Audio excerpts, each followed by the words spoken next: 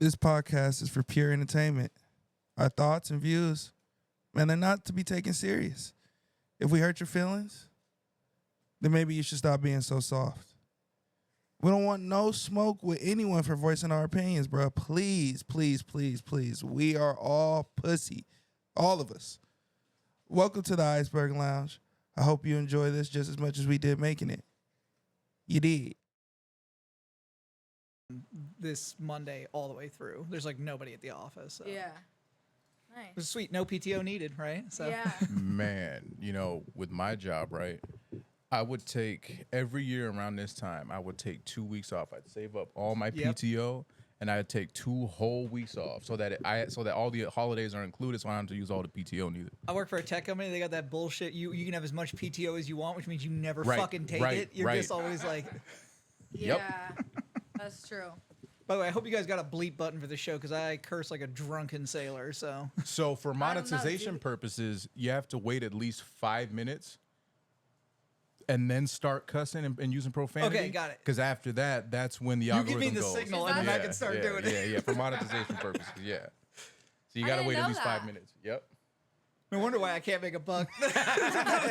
Yeah, the algorithm is like that, man. Like you have to not use any sort of profanity. Interesting. And then as when we say kill, we say unalive, or when it involves something like assault in the Corn. you know what I mean? Yeah. So you use SA and stuff like that. So The corn Alleged. industry. right, the corn industry. Yeah. Right. Exactly. I like them girls in the corn industry. Yeah, right. I'm from Kansas. Wait, which corn industry are we talking about? Shoot. Shoot. But I'm glad to have you here on the podcast, Yeah, man. man, This is I'm gonna be excited to cool. be here, too. Yeah, I definitely got some questions. Sweet. Tell us about the camera. So this is my Nikon ZF. So I've been shooting for, holy shit, I feel old, 30 years. Yeah. And my dad was a professional photographer, so I kind of grew up with cameras around all the time. And I was like shooting Leica for a while, which if you know anything about cameras is like a Rolls Royce of cameras, but you can't take is that right? You can't take it outside because people will be like, oh, it's got a red dot on it. Rob him, And like, Oh, no kidding. yeah, no, a body of a Leica is like $10,000, No right? So kidding. like, Jeez. and that's just, and like, if you're robbing somebody, that's easy, Sure, right? yeah. Because like, how are you going to spot a legitimate Leica versus a non-legitimate Leica? Right. So I was like, I want something that I can take outside that looks retro, and these came out like 2 years ago, and they're super cheap on like Facebook Marketplace, and I bought it for Right. like nothing, and I was like, I'm getting rid of my Leica shit. I want to be able to go outside with my cameras. You know? Yeah. Fair Have enough. to. Fair enough. These, you said for over 30 years. Yeah. My brother, you don't look a day over 30. Oh, stop some more. You don't look a day So over I'm 30. 43, actually. How old? I'm 43. You Wow. drink from the fountain of youth. Yeah. Wow. So true story. My dad was 93 when he passed away, and his hair had only gone gray the year before he died. That's So gonna you run in the got family. good genes. Yeah, I got good genes, but I also like take care of myself pretty well. Like, Yeah. I mean, I'm definitely feeling my age a little bit Yeah. more this No, year. I was listening to one of your episodes and you were talking about you wake up at like 5 a.m., workout, and then you go to work and then you take a walk at like 12. Yep. And then you work out again. Yep. Wow, that's And then dedication. I'm trying to do this whole thing of like consume less, create more, Sure, right? So I'm this year not going to be watching television shit and like gonna try and do more things that are creative, like photography, more Yeah. podcasting. I'm learning guitar, which I am terrible at, so don't ask me to play it because I will Fair enough. deafen you. enough. But Fair enough. it's a process, right? And I think that if you want to have a good life, you got to spend the time working on it. Yeah, so. I agree. Yeah. Yeah, well said. When it comes to the exercise and all, I've been exercising for 6 whole months. And guess what? I am still fat. I kid you not, bro. I kid you not. I went to Fitness 19 and I did that machine that checks like your bone density Yeah. and the muscle and how much fat you got. Yeah. I looked at that. I said, oh my gosh. I got to lose 37 pounds. I got in great shape for my wedding a year ago, and then I stepped on the scale in like February of this year, and I was the heaviest I've ever been. Right, I was like 210 pounds, and I was like, don't feel 210 pounds. And my scale was like, you feel like 210 yeah. It's like, I don't care pounds. what you feel. This is what you are. Like, I feel you though, man. My heaviest was 235. Yeah. I'm 220 right now.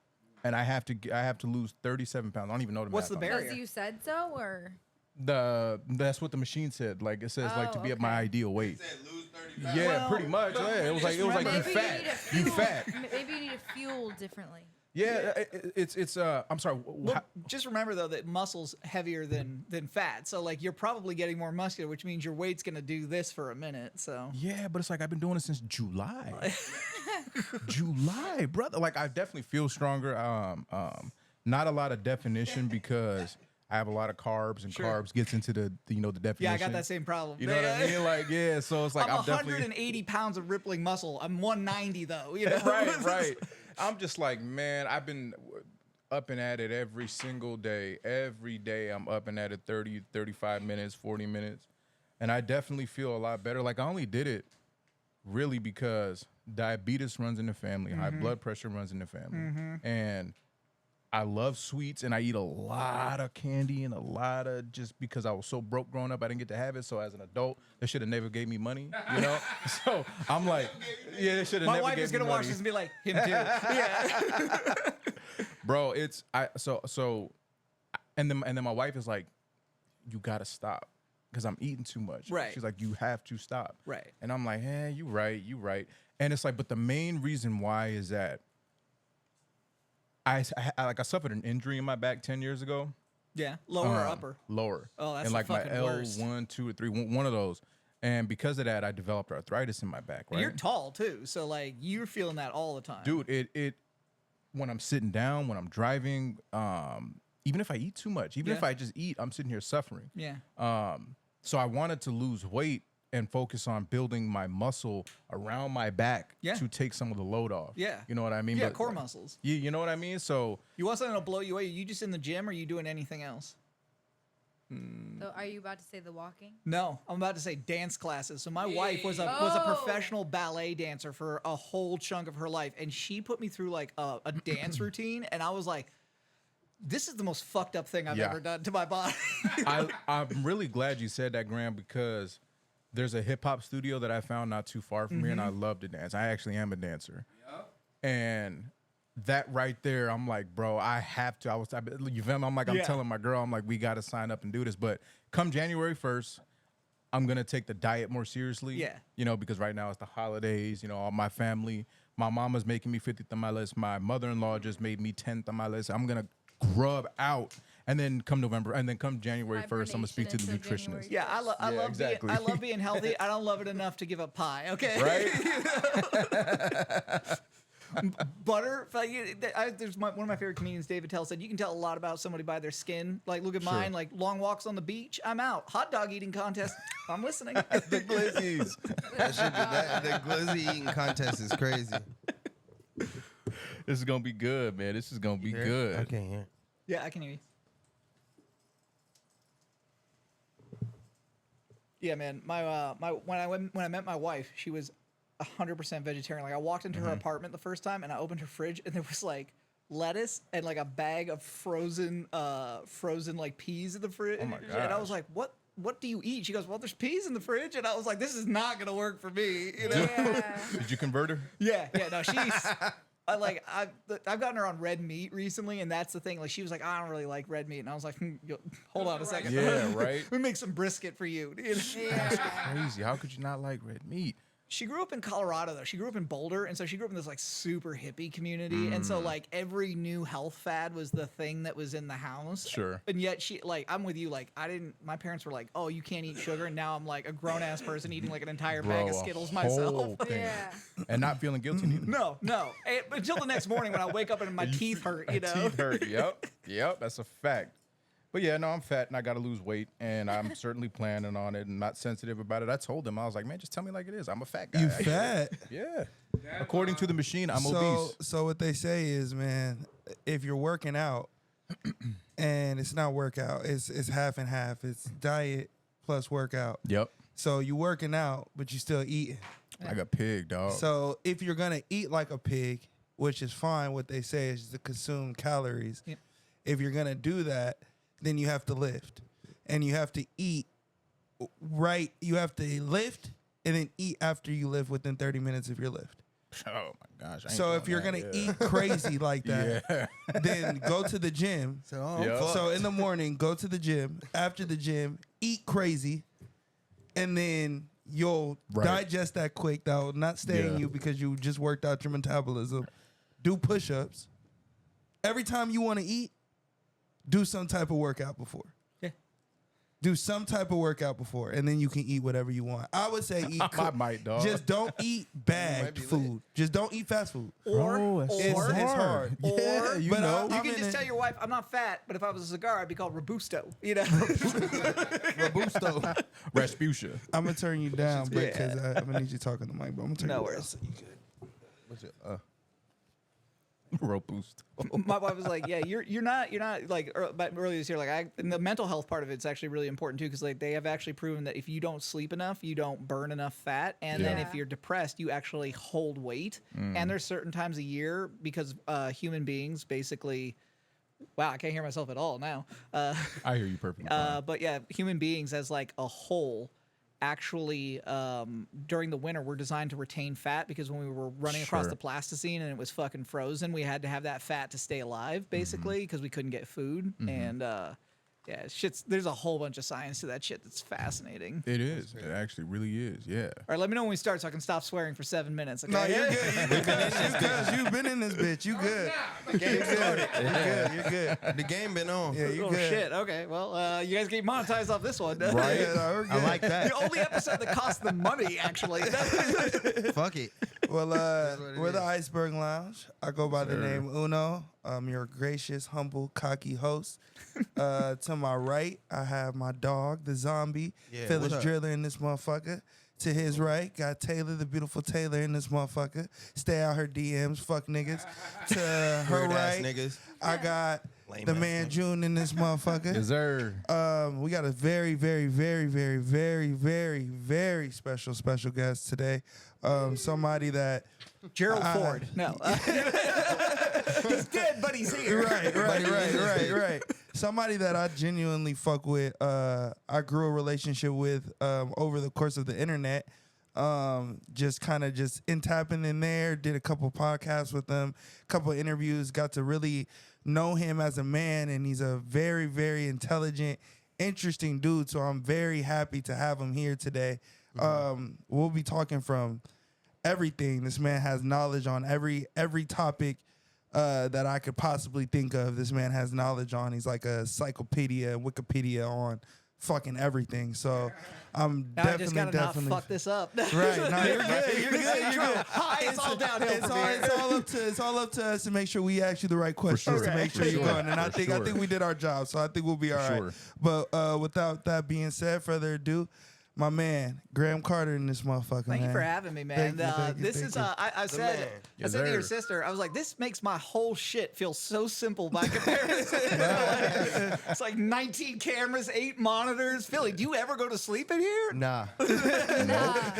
No. Nah, man. I'm always up, bro. They're like blue light's bad for your health. Billy's like, I know. I know, man. Hey, man. We be getting to it. This is zombie life over here. For sure. So the first question I ask everybody, man, where you from? So I'm from Los Angeles, actually. Was born there, and then I spent 6 months out of the year in New York City. My dad was one of those like 80s whiz kids that was traveling around for like tech jobs, like companies like Dell. He helped set them up. He actually wrote Wow. a book that predicted Google called. Wow. I think it's called The Theory of Database Management. Very boring topic. And by the way, if you want to sleep, just read that book. Yes, sir. Some dude showed up at our house growing up, and he was like, "Hey, is your dad home?" And I like went and got out my dad because he was in his office, and my dad opens the door and goes, "Yeah," and the guy goes, "Oh, Mr. Carter, I read your book." He goes, "Oh, you're the guy." Oh, shit. That's crazy. One guy read that book. Yeah, but so I've done a lot of traveling around. My dad was from England, so we spent a lot of time in Europe. And now I moved to the coast at about 23. Was there for 14 years, and then moved to the Bay for 4, and was like, "Fuck this, I'm going home." Going home Screw you immediately. guys, I'm going home. Right. Yeah, real shit. Fuck with that. What was your upbringing like, man? Oh Oh man, fuck! I hope my mom doesn't watch this episode.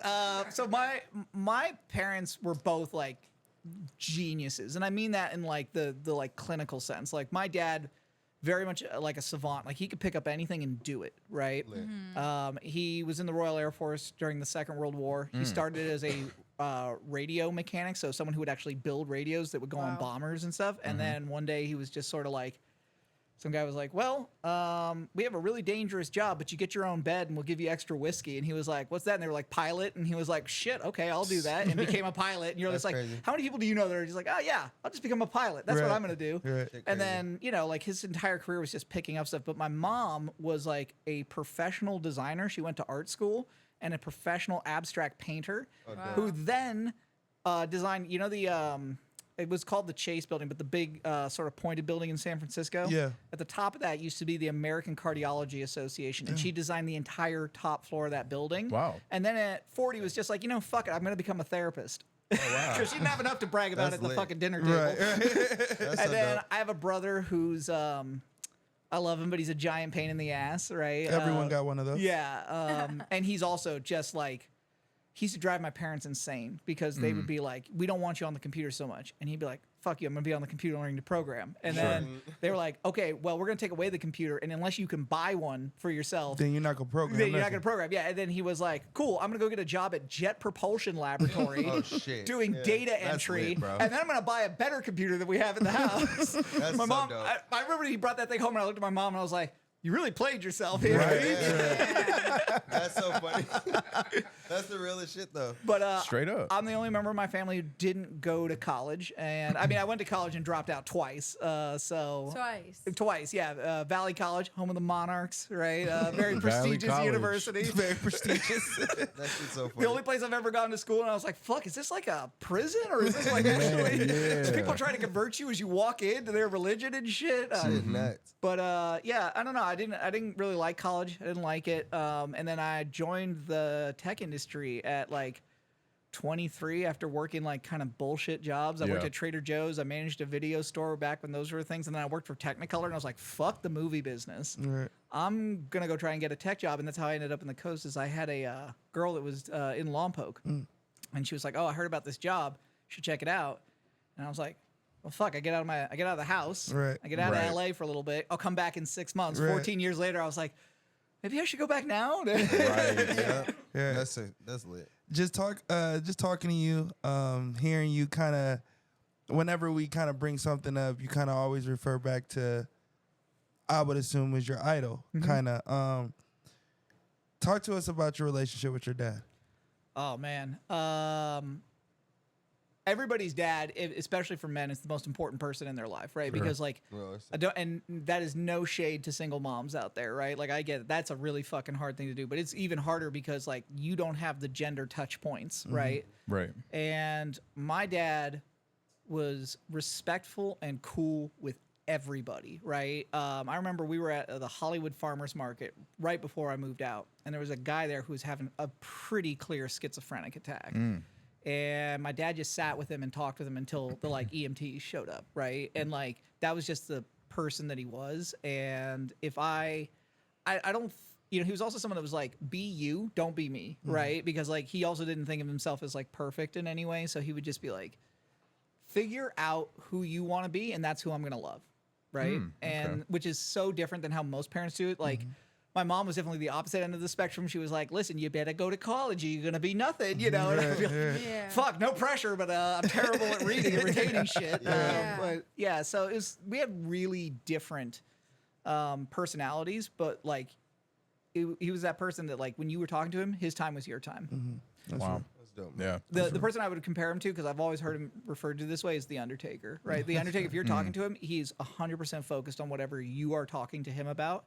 And whatever time he has with you, that's his time he's giving you. Right. So That's real.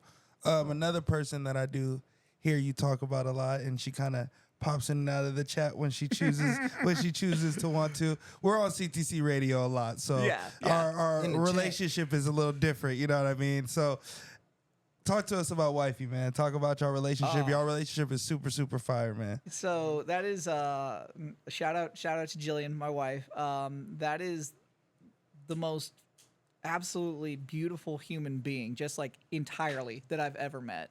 And I fucked a lot of other human beings, just to clarify. But Let's just not here. but yeah, That's funny as fuck. So I had gotten divorced. I had a first marriage, didn't work out. We're still like best friends. TLDR. Turns out she was a lesbian. Shocked was no one except for her. And I remember she was like, "I think I'm a lesbian." I was like, "The only person who thinks you're straight is you." Okay. Wow. I married you because you told me you were straight, but I didn't think that for a second. You know? Right. And I That's crazy. was living in the Bay. I didn't know anybody. Right. And I really thought, like, at that point, too, it was like the end of a super low point. OG David James was kind of just talking about that, right? Like mental health struggles. Like I was at a pretty low point, and I really thought about packing it in, like just on my life. Like I was Yeah. like, oh, this is the best it's ever gonna be. Fuck this, I don't want to stick around It's for over it. with. Yeah. Man. And I started doing the, taking care of myself, the working on my health stuff, and I started to feel better, right? And then I was gonna go back to LA. My company's remote, so I was able to just kind of like work wherever I the wanted. best. Yeah, it's the It's the best, best. right? Man. And yeah, I see people going to work every day outside my window like suckers. Suckers. It's crazy. But I, I was on the dating apps and I was starting to close them down. And I saw a girl on Hinge that had just the best smile I've ever seen. And on Hinge it has like a little like icebreaker question. And it was like, if this is wrong, I don't want to be right. And she said, black licorice is delicious, right? And like Wow. in the Bay or in any major city, you message a girl and you are lucky if you get a response at all, because they're getting thousands of requests to chat, Sure. right? And so you have to like be articulate and funny right out the gate, right? Otherwise, she's gonna go on to Kiss and something. goodbye. Yeah, Right. yeah. It's out of there. So I said, agreed. Also, I fought a guy over the same subject, right? And, Over black licorice? Yeah, over black licorice. I didn't really, but I was like, that'll get her attention. Yeah. And then Right. we spent the next 3 days pretending to work respectively at our jobs, right? And she is a PhD in electrical engineering. So Wow, that's she impressive. built medical devices, parts of CT machines, specifically like image scanners Yeah. Yeah, on nuts. like lab benches. Wow. And she said she didn't get any fucking work done. And then I remember I was taking a bath one day, and we were just texting back and forth. She goes, and I always have this thing. I have like a song of the day, and she was like, "Well, what's the song of the day?" And I sent her a My Chemical Romance song, and she goes, "You gotta warn a girl before you start putting Gerard Way on her like that." And I was That's like, crazy. Oh, boy. "Okay, this girl is like serious." Okay, so I went out and I That's bought. lit. I Right. bought like a huge amount of like licorice at Sprouts, and I took it to our first date, and our first date lasted 7 hours. Damn. That's And real. we just That's talked, real. and like the best part was at the end of the night, I kissed her, and she goes, "I need you to go back to your car right now." And I was like, "What?" And she goes, "You cannot stay here right now, or I'm going to be in so much trouble." And I was like, "Cool, got it." And I started walking back to my car, and she stopped at a stoplight right there. We were trying to do the not look at each Yeah. other. Right. thing, you know? Ew. And then she was like, she told me later, she's like, "Yeah, I got home and I really didn't want to text you, so thank you for texting me first and making that easier." Right. So- Breaking that bro. ice. Right. Yeah, That's That's tight, man. She's I'm the happy best. for you, That's bro. That's really cool. sweet. That's cool. I tried to get her to come here. She's like, "They're gonna put a microphone in front of me." I was like, "They will absolutely put a microphone in front of you." We would've. She said, "All right, yeah, I would've scooted over for you." Let's scoot over for And, you. and that, by the way, she will not keep my secrets. You know how like there are guys that are like, Oh, if I'm wrong, I want you to fucking back me up and then tell me later. Right, But no, right. my wife will be like publicly like, "You are fucking wrong about that Right, shit." right, right, right. That's real. funny. That's real. That's All real. right, so we Need got that. the formalities out. Yeah. Got to go a little deeper. Okay. So it's time to get a little spicy. Okay. If it's spicy, if not, Okay. whatever I ask you, whatever we ask you, Yeah. if you want to answer, you can. Yeah. If you're not, If I Use if I them don't, in I'll it. give you a reason at right. least. So, first question I do want to ask you: do you believe it's a drastic? Sure. Right. Do you believe race or religion is a primary factor in determining importance or value? I mean, we live in America, so everything's about race here, right? And Americans see the world fundamentally through an American lens. But when you travel, that lens shifts. I don't think religion is actually that important, because religion is absolutely a choice, right? And even if you're born into it, it's a choice. But what Americans define as race is very, very narrow. And so because of that, when we interact with other societies, we take an American value set and we place it on it, Yep. and we don't really understand that thing at all, right? And Yeah.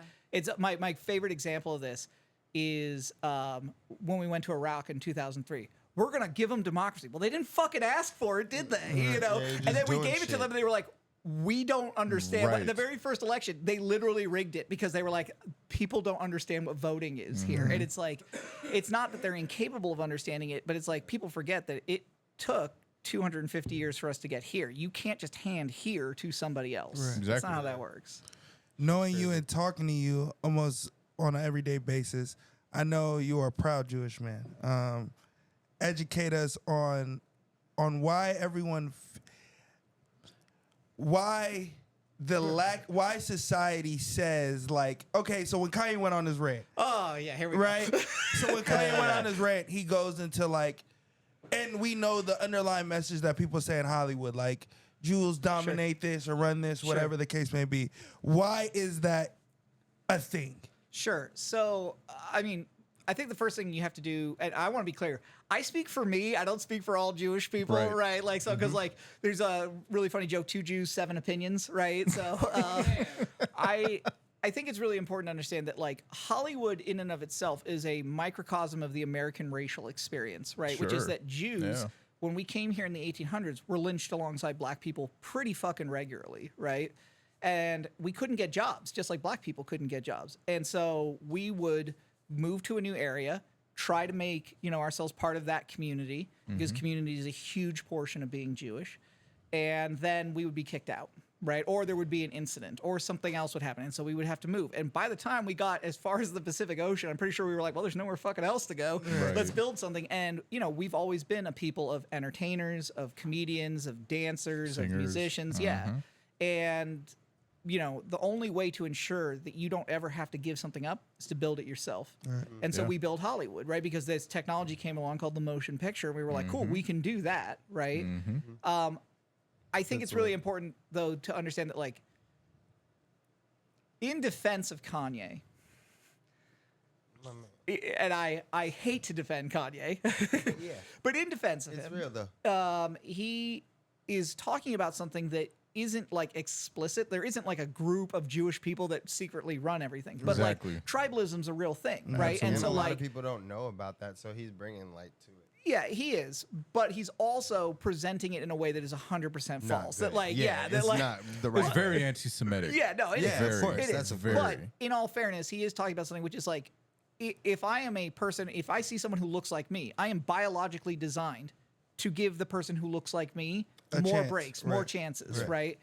And I understand too, like when you've got a lot of drugs around you and someone is Yeah. never going to tell you no, Yeah. you're never going to get mentally right, Ever. you know? And Yeah. that's a tragedy in his case. But I also think though that like that whole discussion was so toxic for Jewish people because I know tons of people who are mentally ill and none of them are that fucking racist, Right. you know? Like, So I was not. I don't really be knowing shit, right? Sure. Like I see things that go on, but I'm not too educated on Sure. certain topics. Please educate me on what was the problem, because he says random hateful shit since he's been here. right. So what was the difference between this now and what's been the case? Sure. I mean, I don't know if there was actually a difference, right? Like in all fairness to Kanye, I think that like, and I've been thinking about this a lot.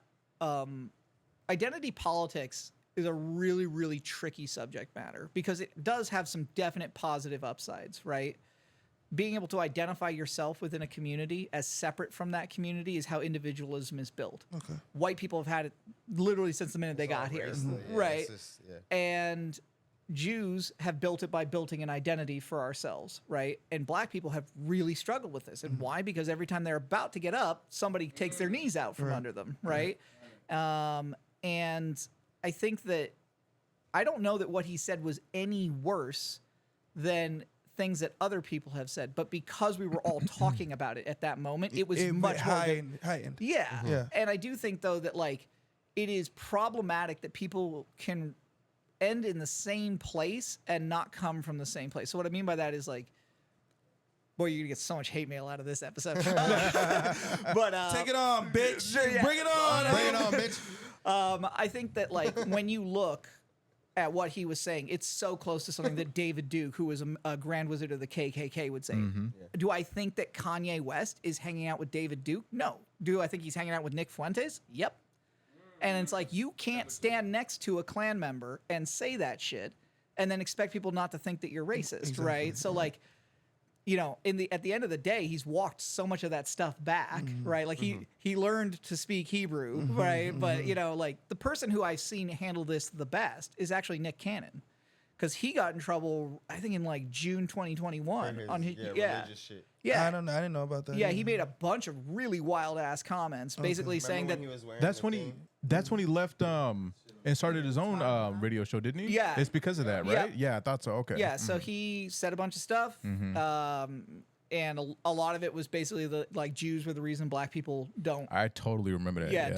Don't have all the things that they want in America, which is an age-old trope about Jews that we secretly control everything. And if that's the case, I really need to talk to someone about the APR on my fucking credit card.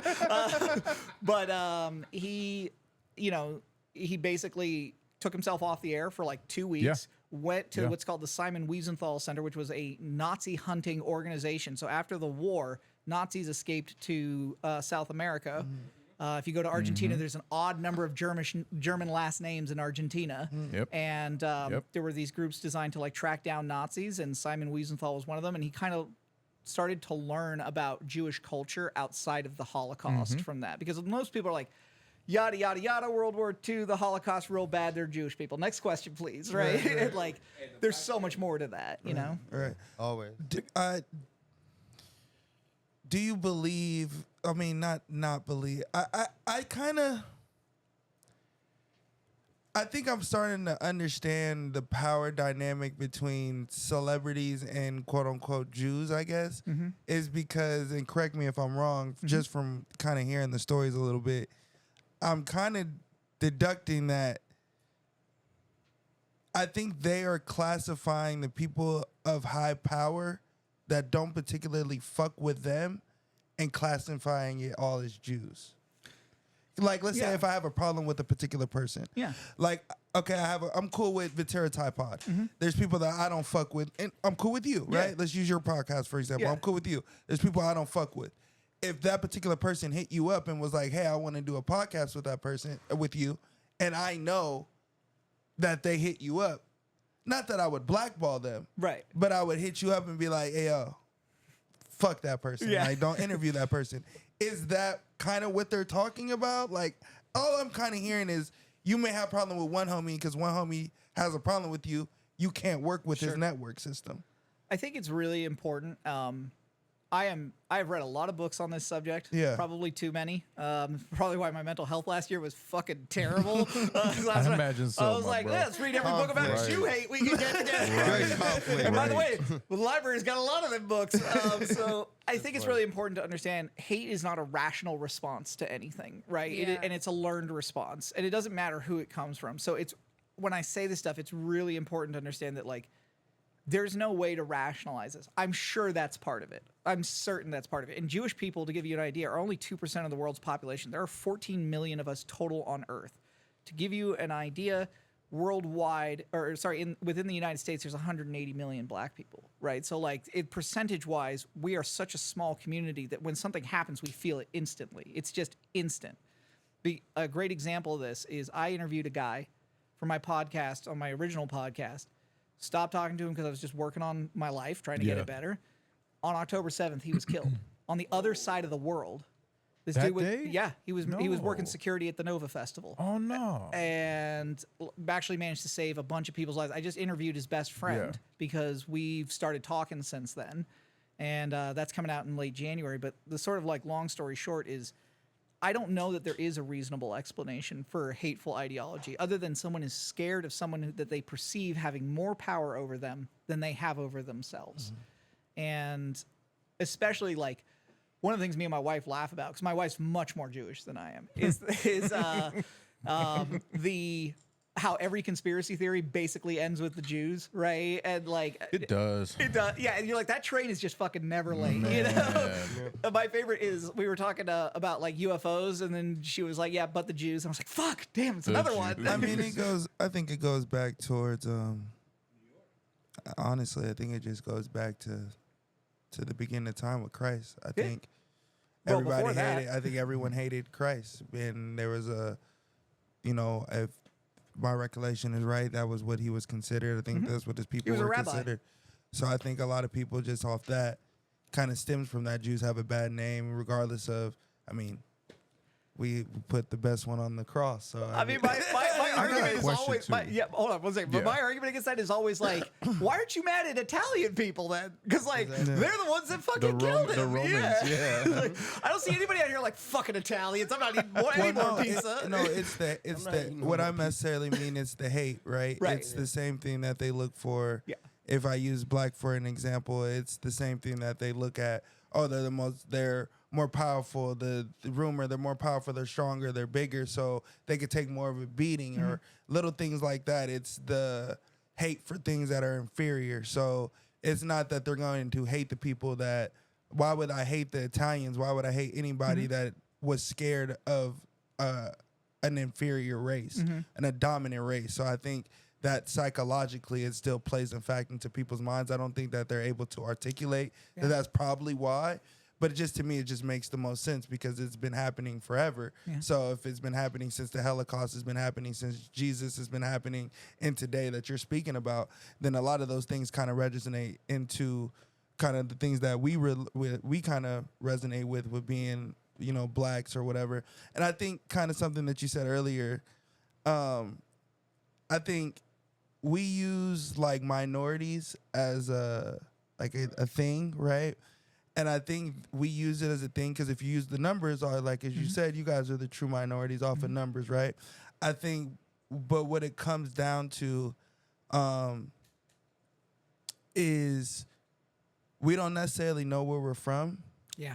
Like you guys can track down. Yep. Like there's the museum of tolerance. Like I could track down, and you know what I mean. It's it's a horrible. I can put my genetics within about a 50 square mile radius of where Jews would have been in the world. and find somewhere and find writing all the way through. Yeah, exactly. 100%. So I think it comes down to like I think blacks feel the most out of it because Mexicans at the end of the day come here for a better life. Yeah, so if that's a something different- if something happens, you came here for a better life. You can go home if something negative happens. Blacks, we were brought here. Yep. Like we had to come here. So there's no like how you Going were back speaking there. earlier, like we are trying to find our community. We would go here and realize, okay, we can't go here. We would move here. We would move here. There was none of that. So I think as like Nick Cannon or Kanye, I'm not even sticking up for none of them. Sure. I think their lack of understanding always dictates to pointing a finger at someone with power and being like, oh, they're out to oppress me. But How can you know your own community or how can you know somebody else's The community when community they you won't don't let you know know? When they won't let you know your own. Exactly. Yeah, 100%. Like I am never mad when I see another minority make those comments Right. because it's coming from a totally different place. Totally different. It's when I see Yeah. Karen at the fucking I'm gonna have to stop myself or you guys are really gonna get like No, but that shit be and crazy. because I have something polarizing to say too, really quick with the anti-Semitism, especially with the war going on right now between Israel, and in Gaza, right? And these people are screaming "Free Palestine," and they're saying from the river to the sea, right? A lot of them don't know what that means, right? you want to tell them? Right? So they're literally calling for the unaliving, Thanks, YouTube. right, of the Jews.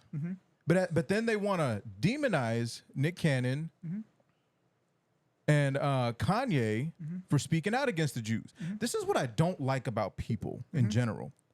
They are so quick to jump on what they think is right because the whole side of the world goes, this is what we think is right. They're actually choosing sides in a war instead of just being neutral and being like, this ain't got nothing to do with me, right? That's where I stand. I'm like, I take neither side because I don't know if there's a right side. That's just the conflict between two people, right? I mind my own business. So I wanted to ask, when it comes to that, because we look at Western Jews, right? Because you were saying like we look at everything from through Western goggles.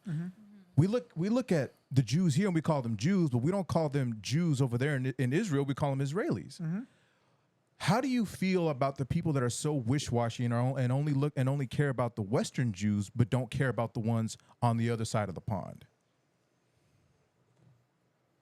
Fuck me. You guys are gonna like. I jokingly told Udo the only 2 comments I've ever gotten on a YouTube video was on me talking about being Jewish, this. and both of them were like, "Go fuck yourself." And one of them was like, "I'm gonna come to your house and unalive you." And I was like, "Yeah." And I was like, "Fuck, you don't even know me enough to want to kill me." Yeah, that shit's So crazy. be mindful. Be Yeah, mindful. yeah. I don't want you. Yeah, I don't want nothing to happen to you. Ain't nothing gonna happen. I think. Well, I think you hit on something that's really important, which is like, I think we need to normalize not having an opinion about things. Facts. Like, yeah. Yes, sir. if I don't- like that. If Yes, I sir. don't Me know anything about Right. something, I should shut the fuck up and Exactly. listen. There's a really great TED Talk if you guys want to hear it. It's called "If You Want to Help Somebody, Shut Up and Listen." Right? And it's about this Sir. Italian missionary who went to Africa in the 70s, and they brought all these beautiful Italian tomatoes, right? And they planted them in this, valley, and they didn't ask the locals about the snow melt and where that went, and so it went through the valley, and they took all the tomatoes with them, and the hippos started eating the tomatoes, and they asked the locals, like, why the fuck didn't you tell us? They said, you didn't ask. Right? And so like That's I crazy. think that when to sort of get back to your question, Yeah. what do I think about those people? I think they don't know anything, and I think that like the danger now versus when we were growing, I'm probably the oldest person in the room, but like when I Not was too growing far. up, is like you couldn't spread your ignorance that fast. Now I Right, have a right. fucking megaphone in my pocket, and it's so quick. And we now know that these algorithms, they're what's making money for these companies, and Yeah. it has nothing to do with truth or accuracy. It's how much can I piss you off? Yeah. And so I think that like Drama. I try to be as forgiving as I can, but Yeah. yeah, my wife hears me rant quite a lot about those people. Sure, dude. I don't blame you, man. We messaged and talked. He brought it up a little bit, so I'm just touch on here a little bit, and we can move on. Sure. Because I'm really uneducated Sure. in this. Same. We messaged a little bit about past episodes or whatever. What is the Palestinian? What's going on? Like Sure. as much as you could talk about, as much as you want to, inform me. Talk to me like I'm a third grader. I have no idea what's going on. The British fucked it up. So my dad was actually in Egypt for partition. So prior to 1948, what is modern day Israel and Palestine was actually Egypt and what was called Transjordan, or the British Mandate of Palestine, meaning that it was basically a British colony. That happened after the First World War, which happened when the Ottoman Turks lost it, which they had gotten it from, I don't remember who had gotten it from the Romans, who had taken it from the Jews, right? Yep. So there you go. There's like basically 4,000 years of history in a nutshell. In 48, the United Nations, people fuck this up really bad all the time, and it's one of the things that just drives me insane, because if you understand the genesis of this, you can Right. understand how it ends in such a bad way. Yeah. In 48, the British left. They were basically like, fuck these people. Yeah. Like, we've been oppressing people for 400 years, and these people are unoppressible. We cannot, like, on the exit papers to the United Nations, they list Jewish terrorists as the reason they left. And then the United Nations proposed a map that looked like Swiss cheese. And it basically would give a whole bunch of sections to the Arabs that were living there at the time and a whole bunch of sections to the Jews. Jews said sure, and the Arabs said absolutely not.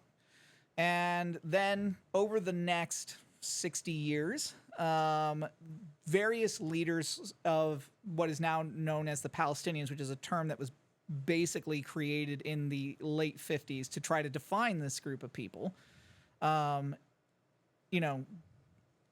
basically felt that the only way that they could justify the existence of a Palestinian state is to get rid of the Jewish state.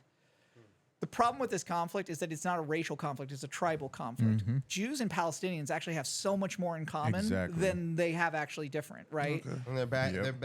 They're basically it's Arabs. So, like, that's what you're saying, or that's where it so- originated from. Is that what? That's what. So That comes Palestinians from? are a mix, right? Just like Yeah, Jews okay. are a mix in that sense, right? So that area, Egyptians would not want you to call them Arabs for sure, and Jordanians are definitely Bedouin, so they're a type of Arab, Okay, right? yeah. And you have these, and then you have Jews that were living there, and they all intermixed at different Okay. times. So like there's a lot of Jewish genetics in Palestinians. I think the problem with this whole conflict is it doesn't fit a soundbite, right? It's Exactly. very, like I was just watching something the other day, and it was George W. Bush, and he was saying, we have to stop the terrorists.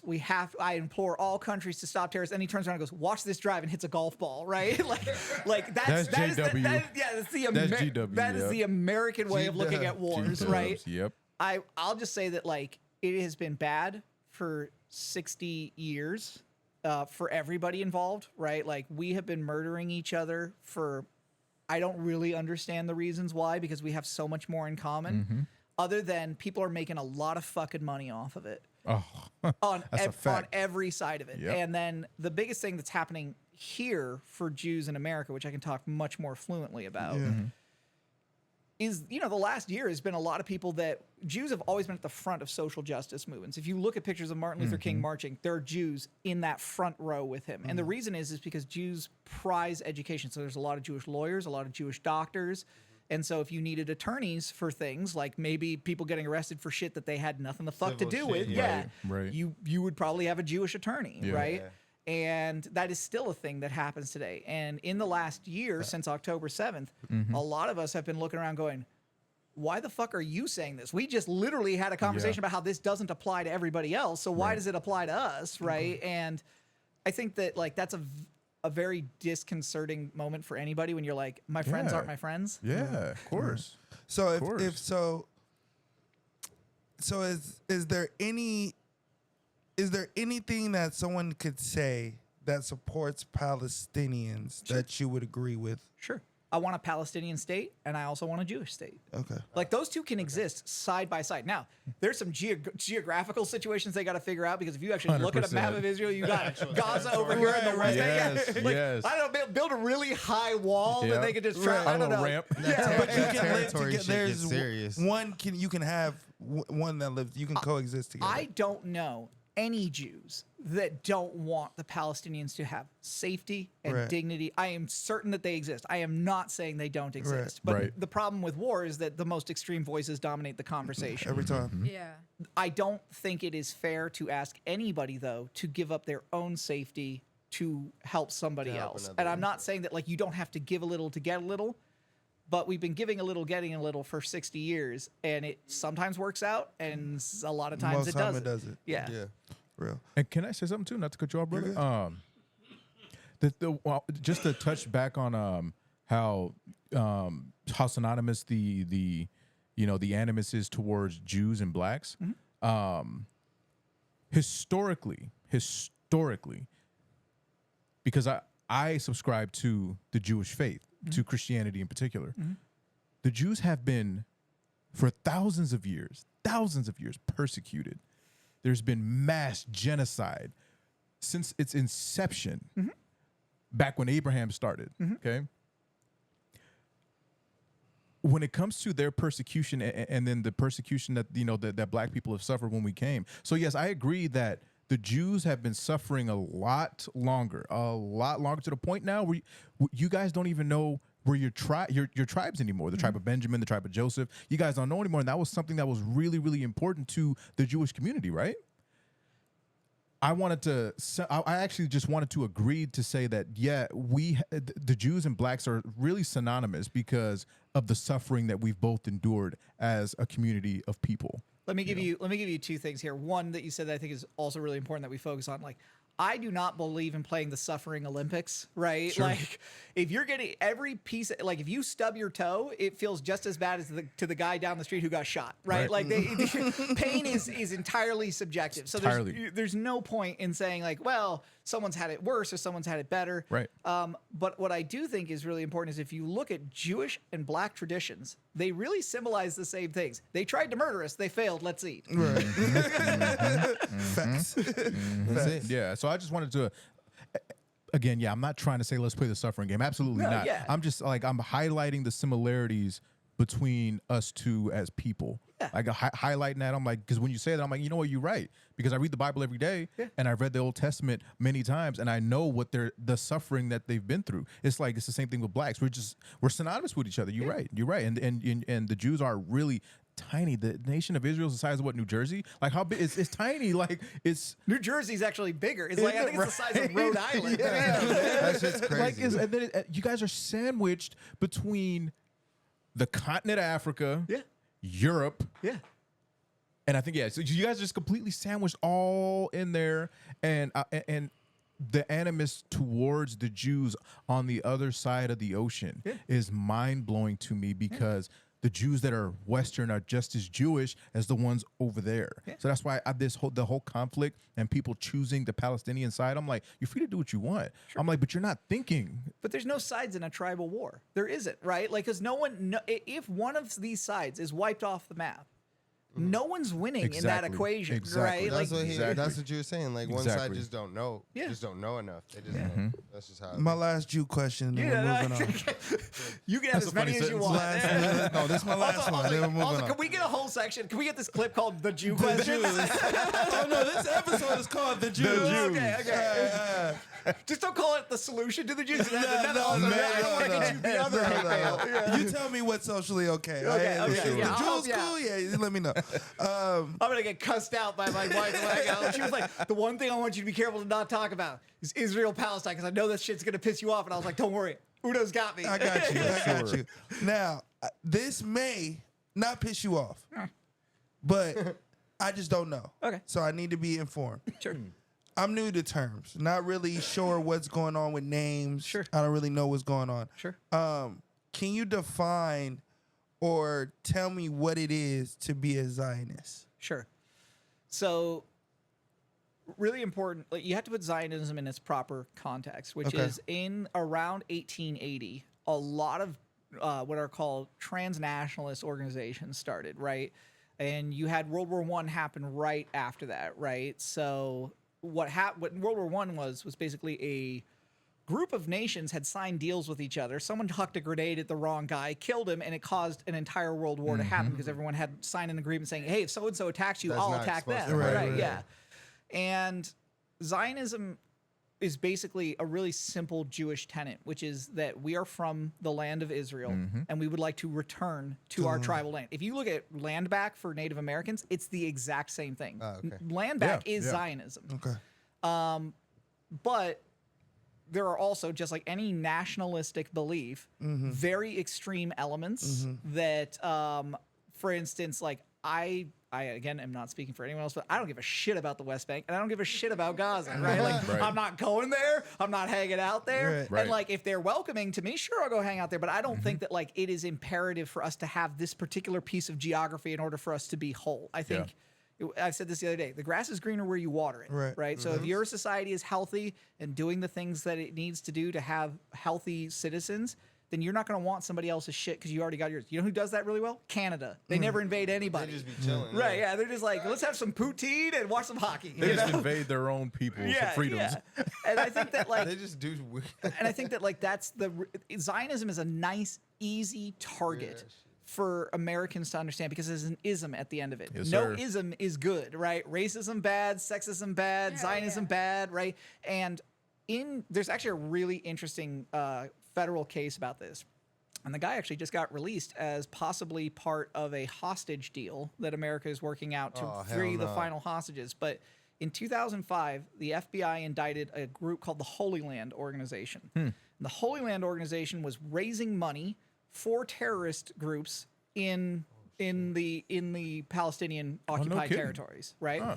And Didn't know that. there is a piece of court document, which I have seen, in which an FBI agent swears about a recording that they had in which members of what was called the PLO at the time, the Palestinian Liberation Organization, were basically saying that Americans are so dumb that if we just give money to their universities, we can then change the curriculum. Once we change the curriculum, we can change the conversation. And once we change the conversation, they won't understand history because they don't even understand their own fucking history. Right. And sure enough, that's exactly what What happened. happened? Yeah, because if you look at like really the people that were out in the streets, it's college kids. And where are they hearing their history? They're hearing it from professors. And who's Exactly. paying the professor's salary? Grants from overseas. Yep. So Wow. That's real. That's deep. Yeah, thanks for highlighting that, man. I didn't know all that. Yeah, wow. no worries. Yeah. Wow. Yeah, definitely needed to know that. Yep. There'll be a bibliography at the bottom of this episode. We'll Right give them on. like 35 Oh, minutes. Right. The Netflix episode. What do you believe is the government's role in people's daily lives? That's a great question. So I believe the job of a government is to maintain its liberty of its citizens and to create functional systems to distribute your tax money back to you in a way that is beneficial to your community. So whether that's paving roads or making sure you have a fire department in case your house catches on fire. Things I don't want the government involved in, if at all possible, regulating people's personal lives. I don't think that that's good for anybody. Not to mention, like, you ever read a marriage license? That shit is like in Greek. I don't know what the fuck I was citing. Same, bro. It Same. could have been like, here, we're gonna take your kidney at the end of this. Yeah. Sure, fucking yeah. Squid sounds- Game. Yeah. Signing my life away. Yeah. I think that a really tough thing for people to also understand is that there are unreasonable elements to every society. Sure. And I know I'm saying this because I know kind of where this question is going. I work around the law, right? And the law is the only thing that separates us from literally going back to the level of barbarism that we were in, you know, in the biblical times. And it should be a growing, organic thing that we're constantly refining and making better because it is a human concept. It is going to be flawed, and we have to continue to refine it. But part of your taxes has to pay to deal with those elements that are not controllable. But we can have honest discussions about the way that we deal with them after we stop them from doing the thing where they're running around with matches and gasoline. Right. So Right. How do you define freedom, and how do you think it should be protected in a democracy society? I love that you almost said dictatormocracy, and I was like, yeah, because we're about And to see that's that. exactly what we're about to be. Because I had to check myself. 'Cause that's literally what I was about That's to say. 2 weeks. Like, don't spoilers. Right. Spoiler. My bad. It's all good. I ruined it. My bad. I ruined the movie. So I'll say that, like, in my mind, and again, I speak for nobody else but me. Freedom is what you do as long as it doesn't hurt somebody else. And there's obviously, like, that is a very overarching, broad statement, and you could Right. get yourself into real trouble real fast by just following that. But, like, in my mind, if I want to listen to Taking Back Sunday at 7 a.m. and my wife doesn't, I put in earphones. That's my freedom And to I can handle still that. do it. Yeah, I can still do it. Exactly. And It's all about morals, though. A lot of shit goes down to morals, but people just don't have common sense. I think so it's hard ethics. across the. Yeah, I think it's ethics more than yeah. morals, It's right? more that, yeah. Like, your That's ability to cognitively reason will ultimately determine what Exactly. your It ethics makes are. you make a good decision. Yeah. I don't know. I That's mean, lacking Wait, could today. you break that down again? The difference between ethics and morals. sure. So morals are really subjective, right? Like, Okay, I don't yeah. think someone says, I don't think gay people should get married. That's Why? based on your opinion. Right. yeah. That's just your opinion. Well, it makes me uncomfortable. Okay. Well, that's just your opinion. That's you, yeah. Ethics are, if I regulate one person's right to get married, where does that stop? Well, my ethics say that you shouldn't be involved in that because that's not an ethical thing It's for a still being government respectful, to do. yeah. Right. Right. Across the board. Do you believe democracy is a... I keep going to democracy. I hope you guys see where I'm going here. I hope you guys see it. Son of a bitch. Do you believe democracy is the best form of government? Why or why not? So I am actually related to Winston Churchill. And No way. He once said he's my 14th cousin That's on my tight. dad's side. That's tight. And he once said, democracy is the greatest form of government because we haven't created anything better. Right? That's real. I am exceptionally proud to be an American in the sense that, like, this country has given my family everything in ways that, like, my dad was the son of a mill worker, and if he had gone back to England, he would have been the son of a mill worker his entire life, which means he Yeah. would have been a fucking mill worker, right? Everything that happened in his life only happened because he was here. Yeah. And that does not mean that that dream is accessible to everybody, because it's not. Fuck, I lost my train of thought. You're good. What was the question again? The Hit me again. question was, do you believe democracy? Yes. So, yeah, I mean, like, all you have to do is look at what happens if you give a 5-year-old everything they want to know what happens in totalitarian states, which is that it can start from a really good intention. and it can end in Syria, where they're pulling people who have been in jail for 40 years for thinking the wrong thing or saying the wrong thing or being around the wrong person. And like, the only difference between the United States and every other democracy is that we don't share borders with enemies. Although Trump's working on it. He's finding a way to piss off even the Canadians. And Dude, right? That shit is crazy. I think that it's really important to understand like that is exceptional. And then also from like a geographical standpoint, we have gifts in this country that nobody else has. We have rivers that connect the north and the south. Right. We have rivers that connect the east and the west. We have relatively flat zones in between two coasts that have incredible food potential. We have some of the healthiest soil on earth. And when I look at democracy, like, yes, America could have very easily been a dictatorship or a monarchy, right? Sure. But it didn't. It went down democracy. Democracy is fragile. You have to love it. If you don't love it, and I don't mean when you win, I mean when it, even like I still love this country, and I really fucking cried the day after the election. I was like, well, fuck me, this is gonna go poorly. That's the part I think Americans struggle with is we've turned everything into a binary. You won, so I lost. So fuck you, right? And it's like, that's not how countries work. And I think it's a shame because we very easily, if we're not careful, could end up in a totalitarian state, and then we'll never get it back, right? I think that's where we're going. I think that's where we're at. Please don't crush my optimism. No, and to be real, right? Because the U.S. is 220 years old, give or take. We're the only I mean, for thousands and thousands and thousands of years, there was three theocratic kingdoms with Israel. There was totalitarian. There was dictators. There was monarchies. Democracy is new.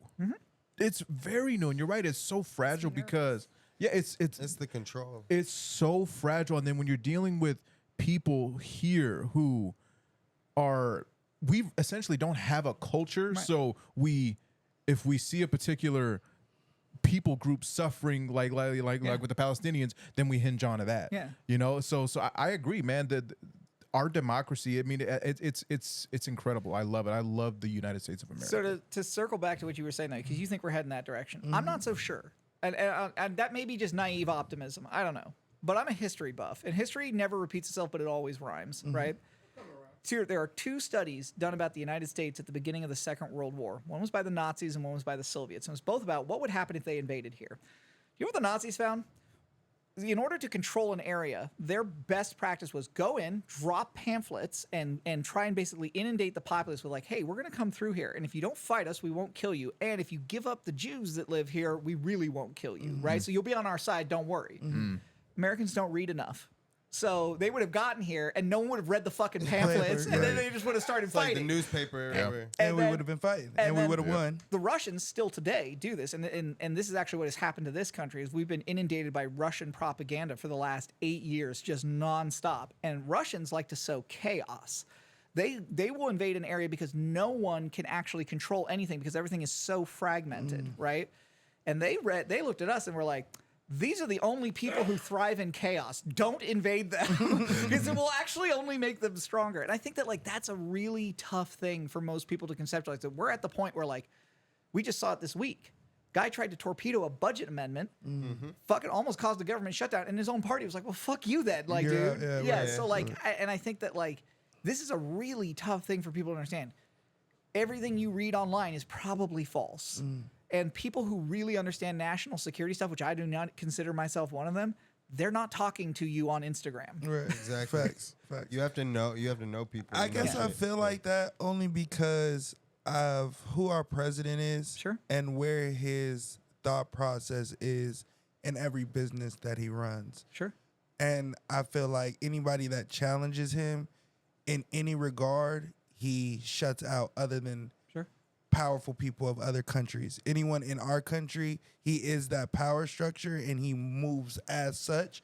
And every rule, and I just feel like the laws that he's kind of in placing to be right when he gets elected, I just felt like it's kind of leading us towards that way. Go read Bob Woodward's book War about him. And if you guys haven't read Bob Woodward, he's the guy that exposed Nixon. And he is the most fair presidential historian in the history. Like, he's so fair that sometimes it annoys me. Where I'm like, "Come on, Bob." You understand? You're like, Bob what? Bob Woodward. Yeah, Woodward. and he has a book called War. and it's about Trump's last. He actually has like 4 books about Trump, but he also has something called the Trump tapes, and it's like 4.5 hours of interviews with Donald Trump. Yeah. The man can't hold a cogent thought. Right. And he's only as smart as the last person he was in the room with. And in order to execute anything in a government, you have to stay on message. And he doesn't really have. He can't. Everywhere. He Yeah. doesn't have one. No. He's like an ADD kid smoking crack, right? Like he's just all over the place. Facts. Facts. And entirely egotistical. Yeah. Entirely. How should society balance individual rights with collective responsibilities? Ooh, with personal responsibility. Yes. Yeah, I think Oh, that's that's my yeah, answer, yeah, right? yeah. Like, one of the things that I enjoy about our friendship, actually all of our friendships, is honestly that like what I see you guys do on this show is be very, very strategic and very considerate about the questions that you're asking. Sometimes you get silly answers, but the question has good intentions behind it. There's always this dumb saying, and I hate when people say this, you have to earn my respect. No, I don't. I give At all. everybody flat, same level of respect. You can lose it, for sure. But even when you lose it, I'm going to respect you enough to let you try and get it back, right? And I think that, like, personal responsibility is defined as me respecting other people's boundaries. When they say no, I just It's stop over. doing it, you know? Yeah. Yeah. Unless it's in my home, then I can say, okay, cool, but, like, Right. It's my, Right. I can push it a little more. yeah. Right. That's real. Yeah, it's a good answer. It's a really good answer. Should healthcare be considered a right or a privilege, and why? Oh, it's absolutely a right. I mean, so I hope my sister-in-law does watch this episode because I think she secretly thinks I'm like a closet Republican sometimes. Right? It's so funny. I think a few people do, and that's why I wanted to get Sure. these questions out because I know you're not. I know your heart. Sure. So I Dude, think I wanted to we're get gonna it let out. Yeah, I Get thought it you were off. conservative. This whole No. time I've been reading you. I'm like, I guess not. I'm a quintessential Jewish liberal, honestly. Fair enough. Like I would never call myself a progressive just because, like, especially after the last year, it's really tough for me to Sure. even be around people that are progressive. Sure. But I think that health is something you can't get back. At all. Right? It's like time.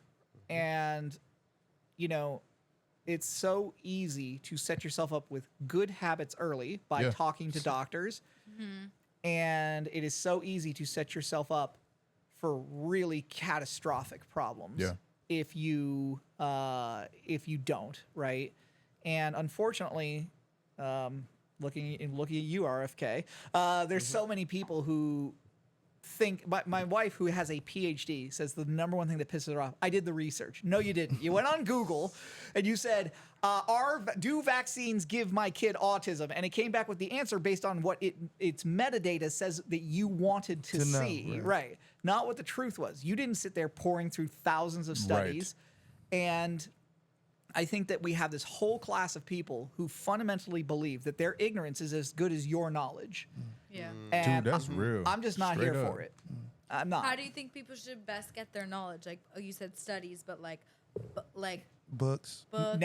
Never read an article when you could read a book about that subject. You can fill 4 paragraphs with bullshit. I'm on CNN all day Yeah. because of my job. I'm like, that's bullshit, but you can't fill 300 pages without getting caught. And I've read every one of Bill O'Reilly's books. Those things are terrible. Yeah. Yeah, I agree. The news is largely propaganda. Well, all and of it. it's a moneymaker, right? If I outrage you more, you'll stay to see if you'll get less outrage later, and sure. you won't, For sure. right? For sure. I'm a professional wrestling fan. I know how that works. Yeah, exactly. I know. I heard you talking about that on one of your podcasts. Yeah.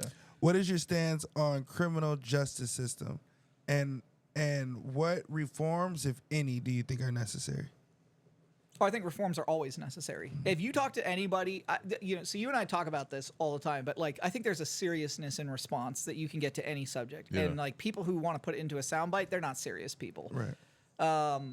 Anybody who says the criminal justice system doesn't need reform isn't serious. Anybody who says that it, never should be Right. isn't serious. Right.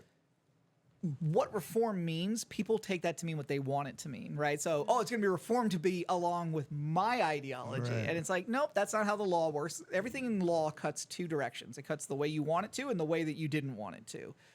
It's why lawyers will tell you, even in a civil litigation, somebody asks you a question, don't fucking say anything. Don't talk to your friends. Don't talk to your mom, because they can all be deposed. And once they get deposed, who Absolutely. knows what the fuck is going to come out of their Yeah. mouths, right? And so Yeah. I really, That's real. yeah, I've been in too many courtrooms in my life already. I don't want to be in another one. I think that like things that concern me in the criminal justice system on both ends of the spectrum. One is we have way too many loose guns on the streets, period. And like people say, well, yeah, but I'm a good gun owner, and so I keep my shit locked up. Well, what happens when your house gets robbed and they take your fucking safe, right? Like, and I worry about the access to things that you can use to solve your problems being better than the one that is actually healthy. So examples of that is like, if it costs me $4,000 to go to a doctor and it costs me $500 to get a gun, gee, which one of those am I going to buy, right? And so we have a whole generation of kids that don't have access to resources. They don't know that those resources exist, or they don't want those resources, and instead they have access to firearms. I worry about that every single day. And then on the other side of it, I worry about encroachment on the Fourth Amendment every single day because it's something that I am in contact with every single day because of my work. The Fourth Amendment basically is your guarantee against illegal search and seizure. It started in British times. The Brits would basically seize a house and put troops in it whether you wanted it there or not because the king wanted it. And it basically plays out, it's why search warrants exist, right? We have done an erosion to the Fourth Amendment in the last 20 years. That is, if you look at where it was in 1980 and you look at where it is now, it's starkly different. Cops can unlock your phone, right, without your permission, right? And I'm not saying that they need your permission, but they do need to get a search warrant, right? And I consider myself very lucky to live in California, where a lot of those things are actually part of our criminal justice system. Yeah, that shit is crazy. That's real. How do you feel about the role in political parties? And do you think they help or hinder political discourses or progress? I love the Democrats. No, I'm just kidding. These motherfuckers. Like I said to someone the other day, I cannot handle the disparity between winning a World Series and losing an election that bad in a 7-day period. It's crazy. Oh, I got man. whiplash out of that shit. So Snap back. I think political parties are just a reality. I don't know if they're good or bad. I mean, political parties exist everywhere, right? Yeah. I don't know that having two is real great, but also our system is not a parliamentary democracy, so it's Right. designed to only have two. You give people too many options, it's up. I think that there are a lot of well-meaning Republicans who I think need to get over the idea that their party still exists. It doesn't. And this happened right after the Civil War. Originally, Republicans were called Whigs. And then after the Civil War, when the South lost and they reincorporated whole groups of people back into the country, there were still whole groups of people who were like, we're going to pass pro-slavery laws. And they were like, listen, we already fucking settled this. Like, and the whole party basically split into two. And I think that like that needs to happen again.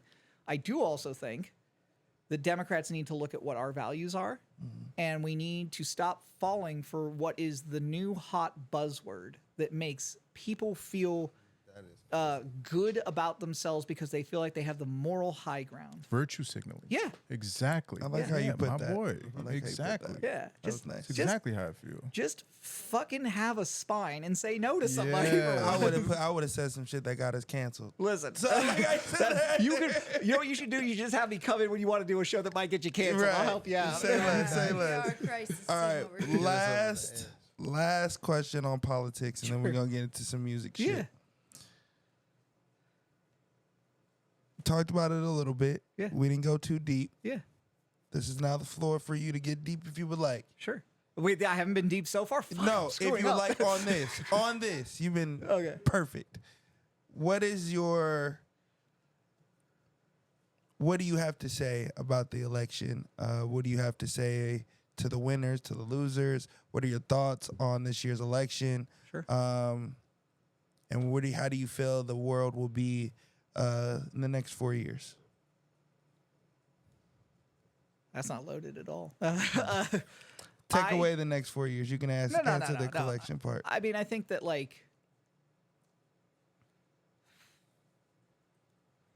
I think it is very easy to question somebody else's integrity when you don't have to spend a minute in a room with them.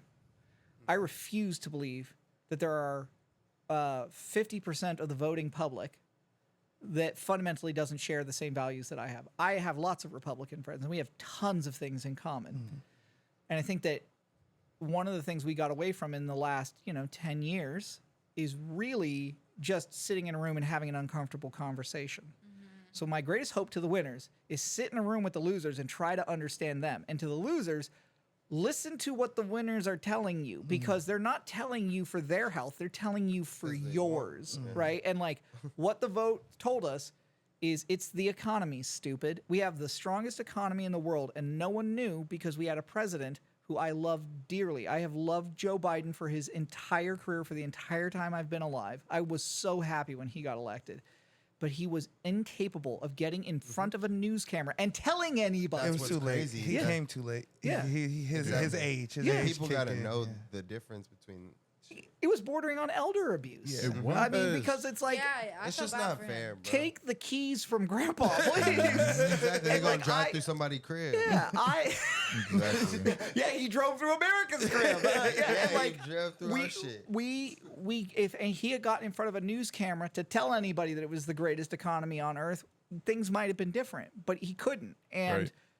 I will never forgive members of the Democratic Party who hid that from us as voters, because it was such insane hypocrisy to sit and call another man mentally unstable and possibly a fascist, and you're hiding the fact that this guy can't string 4 words Right. together. Right. Yeah. It was very disingenuous. That's what's fucked up. Yeah. It was crazy. That was the most crazy thing I've seen. And in 4 years, we're going to be fine. We're going to be fine as long as we keep our heads about us. We know the playbook. We know what's going to happen. Litigate, litigate, litigate. You want to give money in the next couple of years? Give it to the ACLU. Give it to lawyer groups that are actually defending people, because that is how you stop somebody's agenda. You tie it up in court, because guess what? Courts move really fucking slowly. Really Yeah, slow. They do. Like you said, Super the slow. laws is what. My makes divorce, which was totally, fine between both of us, took 4 months to process. That's pretty fast. too. Yeah, that's fast. and that's y'all agreeing too. Yeah. That's- Yeah. with no assets and no children. Crazy. You know how long it took us to get married? 2.5 seconds. We signed it. Dude, that's what's crazy. Dude. What do you think about the drones that just randomly popped up on the East Coast? I was hoping you'd ask him that. I kind of think this has to be someone's goofy fucking marketing campaign. It has to be, right? So, like, first off, I just love that anytime we have something that's in the sky that we don't understand, we think it's China or Iran, right? Dude, We're every just time. Every time. like, have you seen the Iranian Navy? It's like a rowboat and a guy with a sandwich, Like, they're not sending anything over here. Yeah, they're just chilling. I find it That's hilarious that it's New Jersey. Like, I was like, really? Not New York City? It's right down the road. It's way better. Right. Like, Yeah. nothing trying bad to- against New Jersey. I they're know trying to Keys from promote. there, but like, I was like, maybe they're going to a My Chem show. I don't know, but. I see them and I'm thinking it's got to be someone's marketing campaign. I mean, the most reasonable explanation is that it is absolutely someone's marketing campaign. The thing I find funny is that so many government agencies are starting to use drones for, like, traffic enforcement or accident response, right? Because, like, it's easier to send this over there and see if, hey, do we need EMTs? Right. No. Okay, great. Don't send them. People are going to start shooting these things down. It's going to cost government agencies like billions of dollars, because those drones are so expensive. Yeah, they have to be. They have to be. It's They're like, Everyone was crazy. really worried though. yeah, like- everyone thought they were UFOs. Some Yeah. I know Well- the people in the chat thought they were UFOs. I was the only one that threw out my little. I mean, they're World drones. We War- have pictures of them. They're drones. I mean, Yeah. unless the aliens are like, listen, let's go retro, Right? Straight That would be up, crazy. Straight They're up. like, Straight up. let's blend in. What we do is make ourselves look like Amazon delivery drones, and they'll never catch us. Yeah, literally. They're Right. not gonna think a thing. All right, talk about music. Switch gears a little Okay. bit. Talk to us about your thoughts of the Kendrick and Drake beef. I just listened to Kendrick's new album, and I felt I gave it a very fair response, which is 8 out I've of 10. seen that, You know, and Big Mike was like, yeah, all right, 8 out of 10 means I don't scream at you. And I was like, thank you, I appreciate that, because you're terrifying, and I Right. really like you. That But shit's so funny. I think that when I look at that situation, it's another great example of people commenting on shit that didn't know anything about it. Facts. They didn't fuck it. Like, people out there being like, "Oh man, Kendrick body Drake," and you're like, "Well, how many records have you sold?" I can't even sing in my own bathroom. Like, shut the fuck up, right? Like, be a fan. It's okay to be a fan, Exactly. you know, and not Exactly. have an opinion. And I think that's what made hip hop great. Is like, it was accessible to everybody, and I could just be a fan. Like, I worked with rappers when I was before I left, LA, and I used to do like album covers, and they were like, "Hey, can you rap?" And I thought to myself, "Sure, I can do this shit." I think they burned that hard drive that it was on. I think they ran it over with their car, burned it, and then chucked it in the ocean just in case anybody. sure ever it found wasn't that bad, No, brother. it was really bad. I'm learning guitar now, and my teacher was like, "Don't sing." Yeah, Shit's so funny. so, it's talk about things the UN should be involved in. Me singing that's a war crime. But I think that it's really unfortunate, and I think the internet has really fucked up music in a lot of ways. I also think that Kendrick and Drake are big for the same reasons that emo music, even though it has been 20 years, is just as popular now, or Taylor Swift, who has been around for 20 years, is just as popular now as they have ever been, and why you don't see new stars getting created. I think that people have this access to people that are famous or that they see themselves in, and they get a level of interaction that only reinforces that. Kendrick and Drake are both probably two of the best rappers to ever do it. Full stop. I mean, they're certainly two of the most commercially successful rappers in the that's history. a fact. Yeah. There's no way around it. when The Pop- first one's an opinion because it is an opinion. Yeah. The second one is off numbers. That's a fact. Yeah, I mean, Pac died with like $700 in a Rolls Royce to his name, Right. so they're already, Facts, if you take that measure, they're already more successful than Tupac. Right. I am not saying that they are better than Tupac. Please do not. Right. Yeah, Right. People Why- on here why gotta don't know you- the difference. Why don't you think so? Because they're different. I don't think you can compare artists that way. okay, perfect, right? Because they Yeah. come from that's an entirely different generation, That's right? what Is people Van- do with basketball, bro. Right. It's too hard. Is Van Gogh better than Picasso? I don't know. They're like 200 It's years how you apart. look at it. Yeah. That's how you But look at but it. I agree with you though. Well, with Drake being a top tier rapper, that man can rap. Yeah. Yeah, facts. And the hate that goes on with saying that he got bodied by Kendrick, I'm like, People hear what they want to hear. yeah, I I'm wish. just- Go ahead, Tay. No, I'm just annoyed by it because I liked both of them, and now I hear either one of your names, and all I think about is that beef. Yeah. I'm bored. Now I'm annoyed at it. Now I'm annoyed at both of you. I also think, though, from like just a legal perspective, I agree that it looks terrible to file a lawsuit when you lost a beef. Oh wow. Like, oh, But Oh well, but Here comes the butt sailing in out of left field. I agree with this. If your fucking record label did that to you, No, you yeah, better facts. fucking Exactly. sue them. Say something. Exactly. That's what Yeah. I've been saying, and Yeah. people just Say don't. you. But a lot of people aren't uneducated. They don't understand the music industry. They don't understand morals. Or when have they they don't when have they understand thought ever process. had that much money on the line? Exactly. Right? Like if you ask me to think about what I would do with $17 million, my brain glitches. But Right? that's the What would I thing. do with $1 billion? But that's the thing is I'm reworking a deal with the same people that I'm Yeah. fighting against. Yeah. But you how I mean people don't understand that, and then Exactly. my reworking of my deal doesn't get worked out the same 100%. way anymore because of where my stock is now. 100%. And I'm supposed to be cool with it. I don't give a fuck how I look. Yeah. I already look crazy. I'm putting what's up? And the only way that you can hurt big companies is tie them up in litigation because it costs them That's so much money. So Yeah. much, And so much he money. Jewish too. Yeah, so you know he's got, but you know he's got good lawyers. I know a little bit of. But a little Lucien bit of Grange is shit. Jewish too, isn't he? What? Lucian? Yeah. Isn't he Yeah. Jewish too? Yeah. Yeah. I mean, like, well, he yeah, but runs- you he- suing he me, just- so that Jew tie. that tie. Get your is black different. ass over there. Get your black ass over there. One of my favorite, You have Jew, nigga. One of my favorite Key And he and owns Peele all the sketches. damn record labels. One of my favorite Right. Key and Peele comments was, you know, the minute Barack fucks something up, it's like, who hired the half white guy? Right. Yeah. That's hilarious, bro. what are your Yeah, it is. boom. How do you feel? What do you feel are some of the things that today's world are missing? Some of the artists From music? Yeah. Authenticity. I mean, we talk about this all the time. Like, Yeah. if you see me in that CTC chat when Sanchez goes, "What do you think of this video?" I am the first one to be like, "This is you don't eat You're pussy worse energy." than me. You're worse than me. You're worse than me. Who ate all the And I pussy? love it. I didn't hear it. What'd you say? You I said, "This is you don't eat pussy energy." Like, you are not going to convince me that you are pulling women for a threesome if you don't eat pussy. Because I've had threesomes, and you better be in great And you cardio have to shape, and do you better eat something. pussy. You have to do something more. left behind. Over the top. I didn't have another. Yeah, I mean, I think that like this is one of those things where I see so many rappers, and I see a lot of rock musicians do this too, right? They watched what somebody else did and said, "I can recreate that. Cool, I'm gonna do that," right?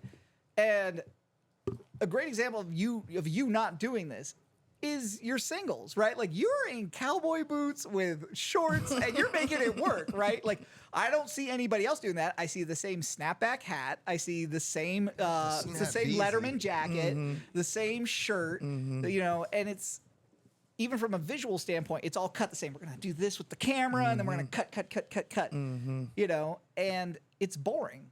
It's Facts. boring and it's inauthentic because I know if you go home and you take that gimmick off, it's like one of my favorite quotes about the Undertaker is like he was really pissed off about something, or so this guy was super pissed off about something. He lost a match and he just didn't think it was fair. And Undertaker's like, "You realize that we're not actually fighting each Right. other?" And he looks at the Undertaker and goes, "You realize you're not actually dead?" You know? That's crazy. Like I just like you go home, you take that gimmick off, you don't own that Lamborghini that was in the video. You rented it. You're Right. driving a Volkswagen, and there's Right. nothing wrong with that. Just Exactly. fucking live in the Be Volkswagen in world. the Volkswagen. Exactly.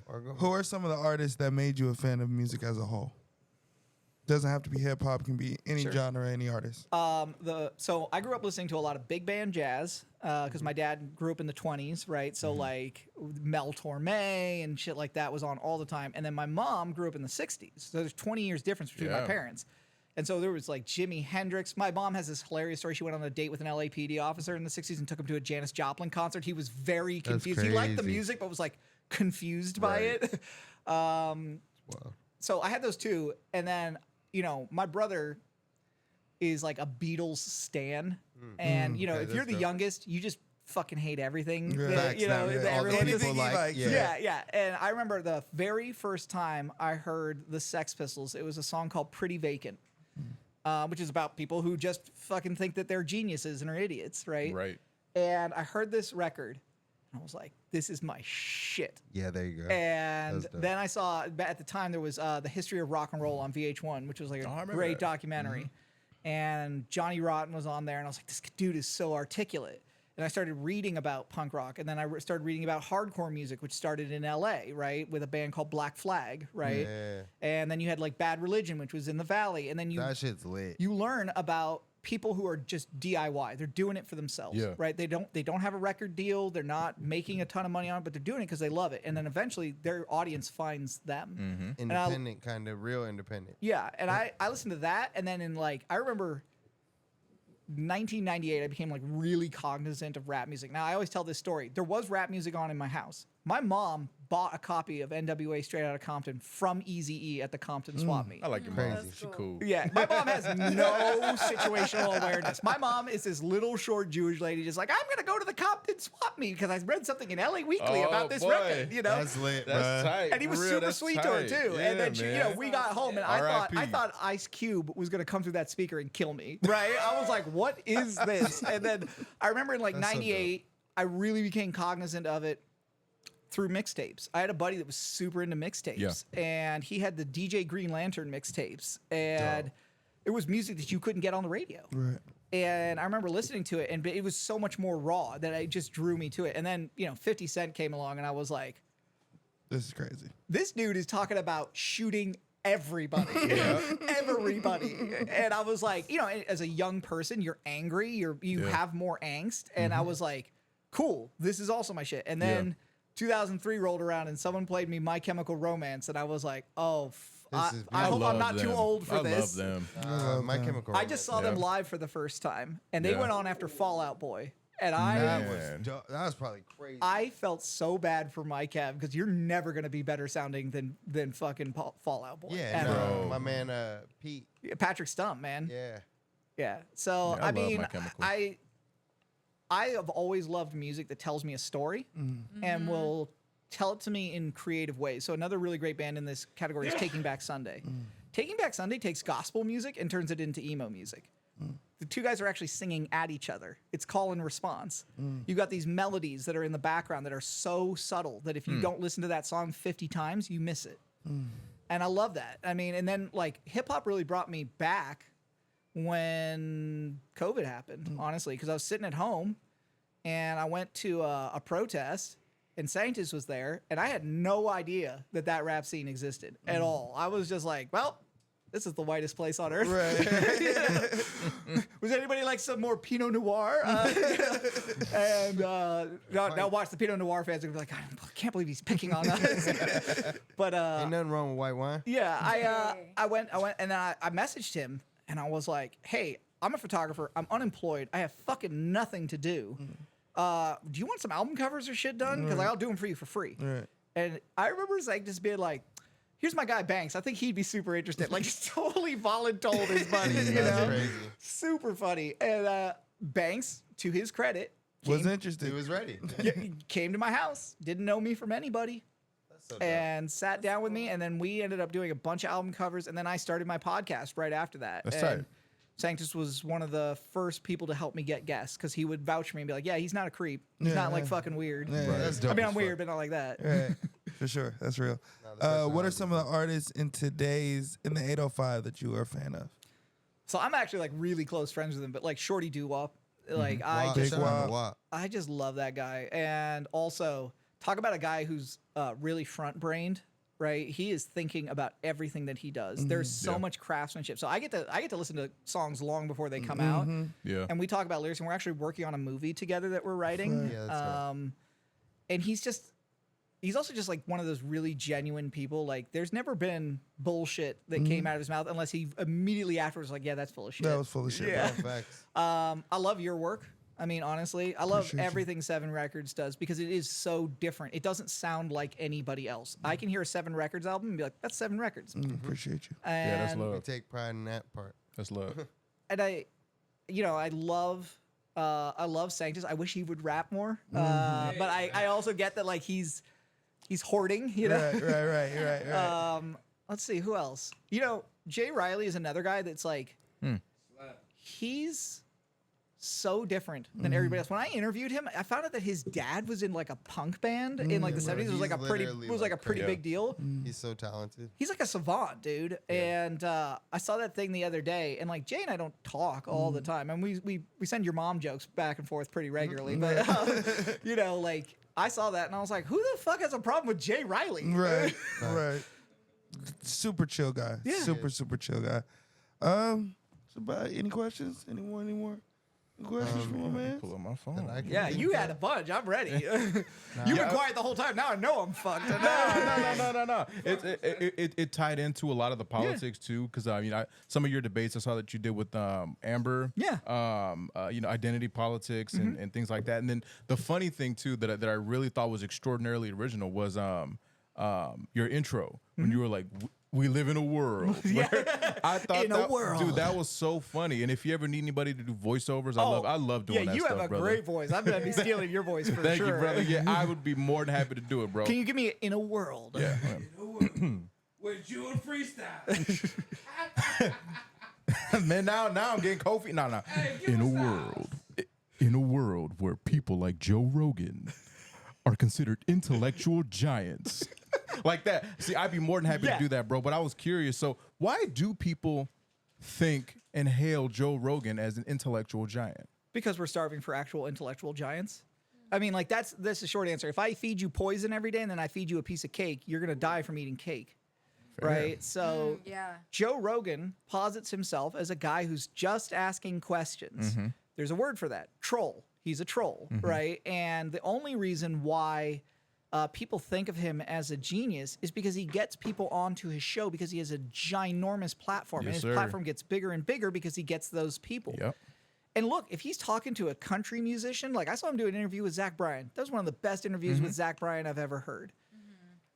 But to act like this I mean, I remember seeing him for the first time on an Anthony Bourdain episode where they went hunting together. And I remember just being like, this dude is a fucking bumpkin. Right? Like, he's clearly been hit in the head like way too many times. Yeah. And the idea that you somehow know more because you didn't go to college and you're just, you know, you're just one of us, right? Is bullshit. Right. Don't get me wrong. You can absolutely be smarter than people and just be one of us. But like, we don't hear from those people because they're not interested in controversy. Joe Rogan very specifically likes controversy. Yeah. And on the other side of that spectrum, you have John Oliver, who's intellectually dishonest to his core. He presents things that he knows either his research team is the worst research team of Yeah. all time, Yeah. or he knows that shit is false. He knows.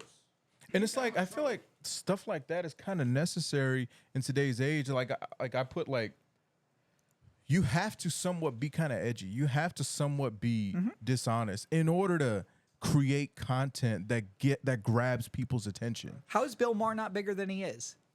Bill Maher, man. He said a saying the other day, "I'm not getting old. Your ideas are getting stupid." Right. That's intellectually honest. Yes. You know? So, yeah, a good point. Good point. So it's like I look at folks like because I listen to Joe Rogan from time to time, and I'm like, he really does ask questions, and yes, he does troll. Right, he does troll, and I like the guests that he has on there.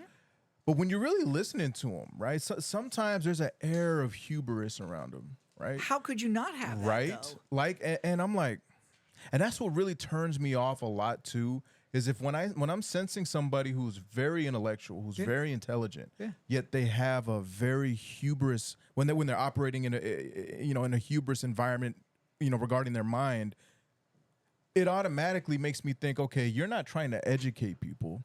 You're trying to make them feel stupid using your own intelligence. He's the Adam 22 of political podcasts. Adam 22. And like, but I'm surprised that we haven't gotten everybody back here for Adam 22. I thought the 22 would come out of my mouth. Dude, Everyone would be back. Adam, like, I got some stuff to say about Adam. But I'm sorry, go ahead. Didn't mean to cut you Intellectually off. dishonest to his core, right? Like, knows, like, I appreciate that you and your wife have a business arrangement. I don't necessarily have an issue that you want to get your wife banged by other people. I don't really care. What I have an issue with is that you act like you have no idea that you're stirring the pot with young men with guns in their pockets. Dude. Yeah. The But, and, YNs is serious. bro, and he does it all for the content. He looks at that and goes, "Perfect. This is for content." And it's like that's how the world is, man. Sadly, we can have these ideals and how we want the world to be, but fundamentally, man, like I feel like Americans, we live in a idealistic, delusional place because we think it should be this way. And it's not like these ideals are wrong. Right. It's just detached from reality. Yeah. And that's the sad part about it. So when we're having conversations like this, like the Iceberg Lounge podcast, and then having your podcast and Sanctus, it's like, it's very, to borrow your word, imperative to stick to originality and authenticity And respect. Exactly. Respect the subject matter that you're talking about. Right. And then maintaining that level of respect and being able to have a conversation with somebody and disagree at the same time. Because when Sanctus was here, we were talking about why I voted for Trump and the policies and why there's things on the Democratic side that I fundamentally disagree with. And I can't have conversations like this with people on TikTok, with people on Twitter, because they have so much vitriol for the fact that I'm on this side, and I'm not even on this side. It's like I was telling Sanctus, I only voted for Trump because he was just a little bit closer to my biblical principles. Sure. That's it. Sure. And it's not because I like him, and it's not because I dislike Kamala, right? It has nothing to do with that. It's just he aligned a little bit more with what I think is biblically principled as opposed to Miss Kamala Harris. Yeah, I mean, I think also there's a really great interview that Joe Budden did with the guy who killed Osama bin Laden, the Navy SEAL who killed him. I love yeah. watching And that. he said this thing that just blew me away because it was the moment that I realized to stop giving it. Like, there's a great movie called Doctor Strangelove: How I Learned to Stop Fear and Love the Bomb. Right? It's a comedy about the nuclear holocaust, basically. But it's the moment that I learned to stop worrying about the internet and stop caring what anybody thought on there because they're not really real people. He said, people are terrible in transition and great at destinations. When you yell at somebody on your phone, you're not really yelling at them. You're yelling at your phone about them, which allows you real. to That's say real. things that you would never fucking say to a to person somebody in real real life. life. Yeah. Mm-hmm. You put me in a room with somebody who says certain shit. Like there's different things that Don't happen. fight. And yeah. Well, I wasn't gonna say that, but now that we're here, Hey, it's all good. I mean, I think that also we're starving for real. I mean, Donald Trump is a symptom. He's not a result, right? And this is where we were talking about personal responsibility. Symptom. We all created a world where Donald Trump could be president, and we did that by just blindly staying aligned to beliefs that we were sure were right without ever asking anybody else. Yes, does this make sense? No, all right, cool. Exactly. Yeah, who didn't agree with us, right? Like, and it's tough because like I don't know how that story ends. Well, I guess we'll find out. Right. We'll see. Listen, Yeah. in 4 years, either we'll be back here and I'll be like, so how do you feel? Yeah, exactly. Or you'll be exactly. back here in 4 years going, so how do you feel? Yeah, for real. I think. Oh, go ahead. Oh, yeah, I was just gonna say it's just really important, man, because I can tell. Because, like I said, I was trying to get a read on you Yeah. whether you were. I was like, I really thought you were conservative, but then when then after hearing you talk, I was like, oh, okay, cool. So, even though we have, which I'm sure, different, politics, I know that we can sit here and have a conversation as adults. That's the problem with the world today. With the gotta be West. able to do that. Yeah, exactly. People are so ruled by their emotions that their emotions dictate what they think is right, regardless of what is actually a fact. And I hate that we can't sit here and have a conversation as adults, suppressing our need to burst out and have a conniption because this person doesn't agree with me. Right. You know what I mean? So I appreciate that we can have a conversation like this as adults, brother. The So you know what I mean? The second you dehumanize someone, you're warned to do all kinds of shit. And I don't. Yeah. Again, I refuse to believe that 50% of the voting public, which I love when people 50% of the public. It's not. It's 50% of our country votes. 50% of that group is actually, Right. or actually it's Yeah. like 47. But I mean, I just refuse to believe that many people don't share values that we can talk about. Right. Exactly. It's bullshit. You said Exactly. some shit that I did want to touch on Yeah. real quick, and not even touch on, just give my quick deduction on. Adam 22 to me moves. We got him back. Adam 22 to me is the person that moves as a white savior, and you are someone that I deem as someone that is an ally. So I feel like there are two different ways to interact to somebody or respond to somebody. So with Adam 22, I feel like everything that he's doing is to be looked at as the white savior of hip hop. And I feel like how you move, how you talk, how you carry yourself, where you choose to express your opinion, where you choose to digress your opinion, I feel like is the difference between like why I don't like slave movies, like why I don't like the white savior type thing. Like Adam 22 to me is Mr. And but I feel like we need more people like you and more people to not understand, because you can't understand, but sympathize, right? And I think that also comes from your background and the things that you've been through and like stuff like that. So I don't know. I was gonna jump in on Adam 22, but I mean the nigga's a cluck, so I don't really have nothing to say to I mean, it's, people like that who do shit for attention. Like you let your wife get Bro, fucked for attention. So that's like crazy. that's crazy. I don't even Crazy. like I said, I don't even care that you do that. Like, do whatever you want in your personal life. Right. But the way that was presented was so creepy to me because you're Yeah. talking about like his white savior complex. Like, you guys knew that you were only going to get this if she fucked a black guy. For sure. You knew that. And so you went out and it's such a cynical worldview. And I mean, the other thing about it is like, man, cocaine is a hell of a drug. That Hell of guy's a whole drug. face is going to be Bro. tattooed at the end of it. Yeah. That Hell of a man, he's dude. on a Man, different Adderall. Yeah. On one. path. Yeah, Straight man, up. we not fucking with that. Anything else? No, man. I'm good. I'm good. I Good, don't want to take good. up too much of my Thank you brother's for time. having we me, good. man. Yeah, I Learned appreciate a you, lot. man. Thank you. Yeah. We are gonna play a game. Okay. Black and white. Okay. This side of the coin, this side of the coin. You were Okay. here when we did OGs. You Yeah. seen a little episode, so it's easy. Let's I'll get it. give you two sides. You just pick one. Okay. DMX, Jay-Z. DMX. Hell You yeah. can always give Y too if you want to. Sure. Ye or Pharrell. Pharrell. Blink 182 or Fall Out Boy. Fallout Boy. Britney Spears or Christina Aguilera? Oh, fuck me. Right? Come on, I need to see what you say on this, man. I need to hear your answer. I think Christina Aguilera. Oh right on. shit! Right on. Seal or Lionel Richie? Seal or Alana Richie? Seal. That man has his own Leica camera. That Yeah. guy's got. Does That he? guy is a bag of swag. Crazy, yeah. Hey, a bag of swag is crazy. Ted Cruz or Trump? We might have to name it that. Oh fuck. Okay, so true story. I knew somebody who was Ted Cruz's father-in-law.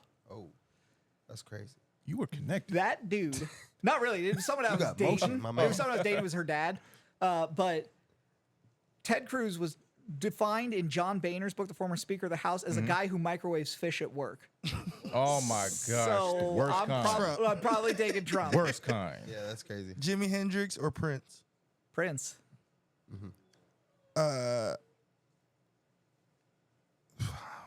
I've said her name wrong. I typed it wrong. Bernie Sanders or Hillary Clinton? Hillary Clinton. I campaigned for Hillary Clinton, actually. Really? Yeah. Wow.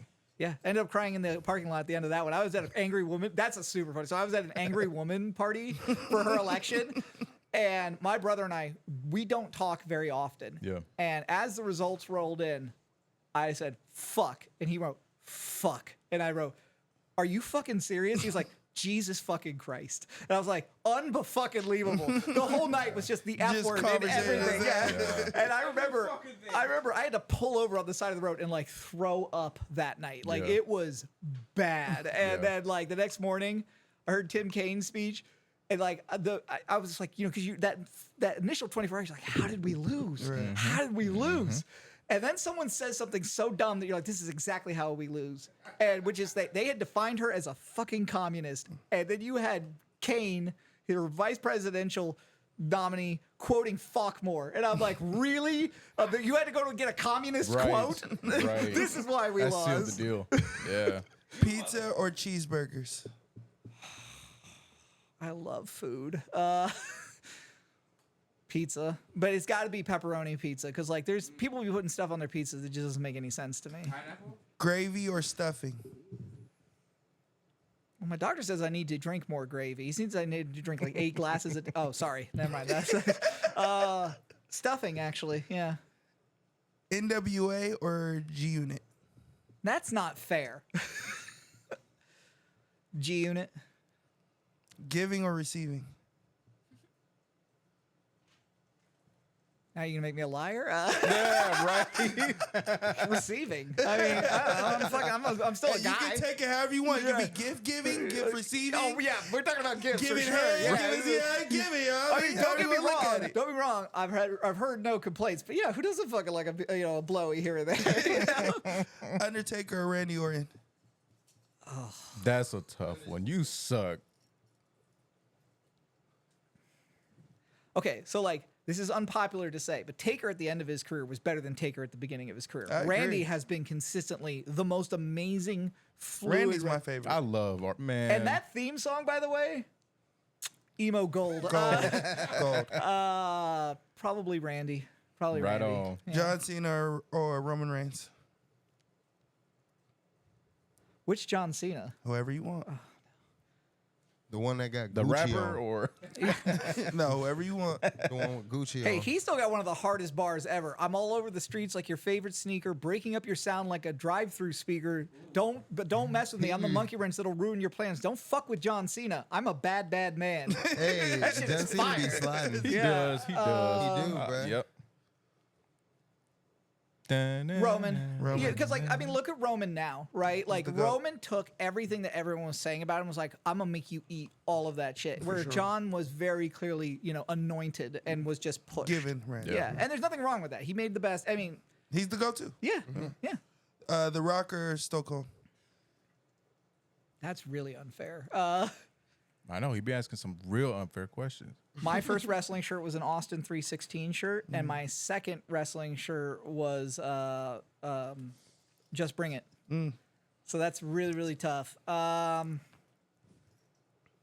Stone Cold, The Rock is purposely very funny, and the Stone Cold is out there. accidentally. Yeah, he's improving out Yeah. there. My favorite is this one time where he would used to do this thing where he would like he was supposed to be a heel, right? And he couldn't get people to boo him, so he would go out into the crowd and be like, "What do you do for a living?" And he would just rag on the person. And he goes out in the crowd, and this woman goes, "I'm a Sunday school teacher," and he's like, "There's one thing I can't stand." And he just starts laughing, you know, and you're just like, "Yeah, you walked yourself into that shit." That shit's crazy.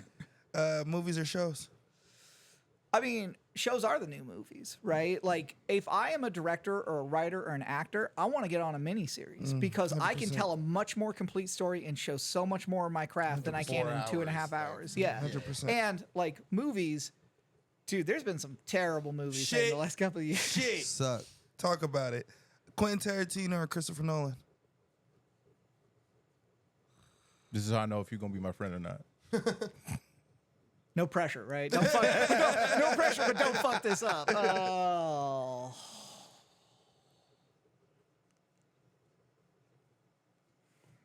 So, Nolan has some stinkers at the beginning and some great shit that he's been doing recently, and Tarantino has some great shit at the beginning and some stinkers at the end. Yeah. Come on. Tarantino. No. But hold on, let me get my why.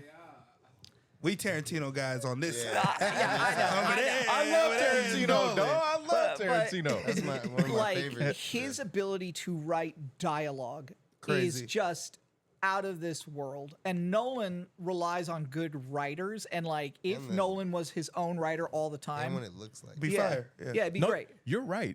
He's the visionary. His brother is the writer. His brother wrote Yeah. Westworld, which is like one of the best shows ever made. Batman Begins. I can't believe Interstellar. I can't believe, by the way, that they pulled Interstellar's Westworld crazy. off of Interstellar. HBO Max. I was like, this is why you guys are bankrupt. Bro, and Right. I'm sorry. Go ahead. No. Brad Pitt or George Clooney? Okay, so true story. I used to live off a road in Studio City. Yeah. That is where George Clooney lives. He used to be my neighbor. And one day I was walking to school, and a black 7 Series, and it's like 7:30 in the morning, so it's still dark out because it's winter, right? Blows past me and is about that close to my leg. He almost like hit me. Stops, gets out of the car and goes, "Holy shit, are you okay?" And I'm like, "Yeah, I'm fine." He's like, "Great, I gotta go." It was George Clooney on his way to he was late for filming. Probably Ocean's 11 or something. That's nuts. I will say that Brad Pitt is an underrated actor, I agree. and George Clooney plays it safe. I'm gonna have to go with Brad Pitt. Hell yeah. Good old Brad. Joaquin Phoenix or Christian Bale? Fuck you! That's a hard one, man. Oh no! You're the only movie buff I ever get on here, so I had to ask my movie No, questions. yeah, get them all off. Yeah, I mean, get I 'em got all. nothing but time, so Fair enough. I'm gonna say Christian Bale because he's never played the same character twice. The range, bro. I mean, even like you nuts. look at like Ridiculous. American Psycho and Harsh Times, like those are totally different Totally characters different. doing the same things, and that's really tough as an actor. And to start that young and not get pigeonholed, you've got to have crazy. He's a one of the goat, goats. man. Yeah. He's the goat. I still got to watch American Psycho, though. What? Yeah, I know. You don't got to see it. You can give that one a miss. I think that's one of the more overhyped movies. Oh, you No, go. it's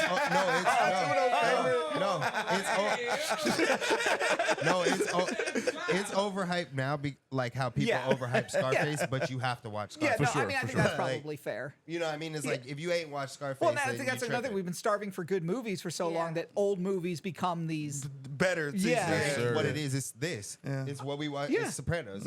It's the I same don't. vibe. I don't It's- want to see another fucking Marvel movie or another Star Wars movie for like Bruh. 4 years, please. Exactly. Yeah. Keep that shit wherever you've got it in a closet. I Down need the to hall. jump that on your Dr. Doom shit podcast, gonna be bro. hard. That's actually funny because I was gonna say James Gunn or Kevin Feige.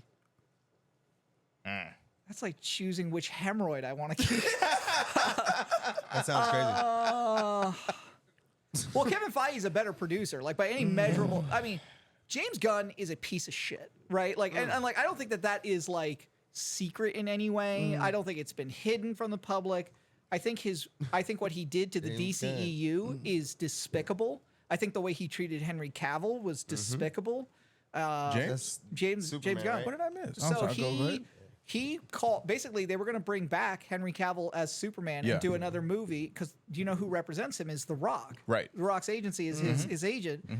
And then they canceled it at the last minute because James Gunn came in and said, "Nope, we're not going to spend money on any of this stuff. We're just going to." And then he axed an entire slate of movies that people were super excited for. Snyderverse and all that. Right? Yeah. But he's got a knack for taking nothing and turning it into something. Every right? time. Like, I don't even like Marvel. Right. And Guardians of the Galaxy is Is the wildly highlight. entertaining. It is so dope. Fantastic flick, is there straight up. But I'm gonna say Kevin Feige. I just think that like if Fair you're gonna enough. look at like production chops, like his ability to take what was ostensibly 100 different properties that were owned by Yeah. 3 different owners to, and like, figure out a way to figure out how to get make it it- done. That's a yeah. businessman. And he's been around since what, the first X-Men, right? He's been around Yeah. for forever. Yeah. Okay. Forever. Mhm. Love or loyalty? Yeah. I don't think you can love something that you're not loyal to. Ooh, good Ooh, answer. that's I crazy. don't. I also don't think you can love something you don't respect. There's a piece of dating advice to anyone watching this. You That's don't real. tell a woman you love her if you don't respect her, because she'll know that you're full of shit from that moment forward. That's true. I don't know. Love's the best thing in the world, though. That feeling, there's nothing like it, and when it's gone, it is the most painful thing on earth. Devastating. Yeah, Yeah. it haunts you. So I'm gonna say love. Facing fears or facing vulnerability? Probably facing fear for me. I totally got where OG David James was coming from with that answer, right? Because like being vulnerable is not something that guys are taught. I just was lucky. My mom's a therapist, right? So it was like, That's dope. Yeah. you will be vulnerable, and you will be going to therapy, and you will be working on yourself. Any questions? Right. Being right or being happy? Well, everyone loves to be right. Everyone loves to be right. But I'm everyone always claims right they about love really to be fucked happy. up stuff, and I'm like, God damn. That's what most people do say. I will say That's hella that funny. You can be right yourself right out of a good situation, right? Like being Yeah. right is only matters if you can communicate why you're right and build a bridge to somebody else. Yeah. So probably not being right for me. Probably being Happiness. happy. Would you rather have more time or more money? More time. I'm 43 now, and I can feel the difference in my body, and I'm like, fuck. Why can I just go back in time and talk to 20-year-olds? Right. Yeah. Enjoy this. Yeah, do Right. more. Shit's Be crazy, bro. crazier. That's You're already real. crazy, but be Fast. crazier. So Hell yeah. fast. Yeah. Yep. Drowning or burning to death? Drowning.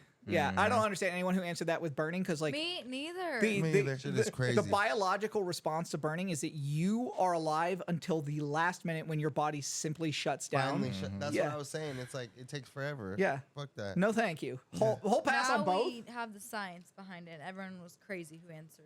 Yeah. Nuts. Right. We still Nuts. give them the science and they still say Right. drowning. Drowning, Yeah. drowning, you get hypoxic, which means you get giddy right before you die. Right? So it's actually what happens in airplanes if there's a leak in the pressure system. Yeah. Laughing gas. Yep. Basically. If you're gonna go out laughing. you know? Yeah. Might as well. Wasn't it the Joker said if you're gonna go out with a smile? Shout out to the Joker, man. And the last question for me for the day: more knowledge or more wisdom? So I was thinking about this because I knew you were gonna ask me this, and it was nice watching somebody else be the sacrificial lamb. For Morbius. Shout out to OG David James. Thank you. I don't think you can have wisdom without knowledge. How are you supposed to know the difference between something that is wise without understanding the underpinnings of it? Knowledge is simply just a process that you use to learn, right? Like Exactly. I didn't go to college, but I read a lot, right? So I learned how to learn in my own way. And my wife always says, she goes, I went to 27th grade, because she's a PhD, right? And she's like, but if you look at it, all I did was learn how to learn, right? Yeah. And that's knowledge. Wisdom is the thing that comes from experience and having that underpinning and saying, okay, now I understand why this happened. You can't get hurt when you have both, but like I at this point in my life, more wisdom. Because I still bump into shit where I'm like, really, Graham? Okay. Yeah. That's true. Feel you. That's true. You just finished the Iceberg Lounge podcast. You sounded mad smart on that thing, and now you're stubbing your toe. Idiot. You want to ask your little last one? Yeah. I forgot what you said. Hit me. You guys should hit me. What would you say? What'd you say? I don't think I. Yo, you had OG. You asked OG. Oh, what? peace or power, but then I feel like everyone is just gonna answer peace because. No. Oh, okay. Peace or power. Okay, so ask it, Tay. I go back and forth on this all the time in my own head, right? So Yeah. like, despite having two really loving parents, I did have a really fucked up childhood, right? I feel And that. when you are in a fucked up situation as a kid, all you want is power because you are powerless. Control, yeah. Yeah. And that never leaves you. So, like, yes, ultimately peace is the goal because you want to live a peaceful life. I do know people who don't, and they have usually, it's the great Shakespeare saying, these violent delights have violent ends, right? But at the same time, I'd be lying to you if I said that, like, oh, yeah, I just want peace. I want the power to enforce that peace for Exactly. myself. Why do you think that there's such negative connotations with power? Like, why is it that if someone gets power, they almost like Everybody wants Everybody to feel humble. abuses it. Everybody wants to believe themselves more humble than they are. One of my favorite comic book lines ever. The great American delusion is that power can be innocent. It can't be. And everybody actually wants it. Nobody wants to be the person, though, to say, fuck all these people. I want power, Yeah. But I think that also, like, it just goes to what our values are Yeah. in a community, which is like we value humbleness. Like you were talking about this earlier, right? I have no problem not being humble. I gotta rein that shit back. I know you don't either, right? And like we value humbleness. And yet it's oftentimes one of the most toxic things we can value because then you have people who don't know their worth. I agree. That's Yeah, crazy. people tend to think that humility and being humble means to think less of yourself, when in reality it's to think of yourself less. Yeah. That's what makes you truly humble. Yeah. You know? So yeah. That part. All of Yeah. that. Yeah. But I do think that like everybody imagines themselves a saint. yeah. Yeah. And it is the best part about age is you can look back and realize when you weren't and you had the power, right? That saying, absolute power corrupts absolutely. I've never had power in my life and not abused it, right? Yeah. So now I just try to be content where I'm at and consider that power, right? Yeah. That's what I was saying. Yeah, everybody abuses it. That shit, but it's not. I think it goes into like what you really care about and what you feel like you'll push the envelope on. You know what I mean? Yeah. Like sometimes you can still have power and it can still be a good. Well, musicians situation. have a ton of power. Exactly. Right. Musicians So are the new much. preachers. And it's all subjective. Like Yep. it's all. Anything else, fellas? Lady? This is a great combo. Easiest Give a podcast round in of the world. applause. Round of applause for my boy, Absolutely. Graham. Thank you, Yes, guys. sir. Yes, Thank You guys sir. made this easy. Right Big on. Bird. I can't believe I didn't get bleeped the entire time. Oh, never, man. Never, man. Ain't no Well, bleep. go ahead and drop anything. Give anybody where they can hit you up, tap in with you, whatever they So can do. if you want to find my photography, I'm at the Card Photos on Instagram. If The you plug. want to find, oh shit, now I gotta look at my own Instagram. That's fucking terrible. On Instagram, if you want to find my podcast, it's what the fuck is this? Carter's Conversations. If you want to find me on YouTube, it's Honest Conversations Carter, and you can find that also on Substack, where I now write a blog about philosophy and music. Oh, very interesting. Very Fire. interesting. Fun Yeah. combo. And don't you have another podcast about your about Star Yeah, Trek we're doing stuff? a podcast that on Star Trek, which we Yeah. do every week. We watch an episode and then just sort of talk about it. And I'm working on a podcast that Key and I are going to do, which is I about remember that. relationships. Big Which, Key, shout out to Key, bro. yeah, Big gang shit. We did some photos the other day and we hit it off like instantly. And that was one of the reasons why I was waiting on that. I was like, I just want to make sure that like the chemistry is there. And it was like. We almost got ourselves in trouble in front of my wife. shit's so There was a funny, bro. lot of shit that got said where I was like, Shit's great.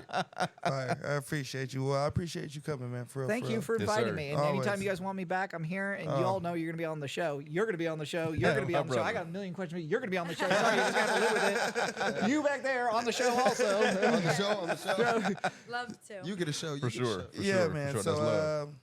this is the Iceberg Lounge. The name Get on will this man's know. Patreon, damn it. Give him some money. Please. Damn $1, Yeah. $3, $5. It's less okay? than Give me a Netflix, you dollar, man. motherfuckers. Thank you. Yep. That's, Less than Spotify, and that's a lot Apple because Netflix is Music, $22 now. Nah, for real. Give me $1, man. We got some real good stuff too. We brainstorming on incentivizing y'all to subscribe. So be the What you first to gonna do do, it Is it man? now. hookers and blackjack only minus the blackjack?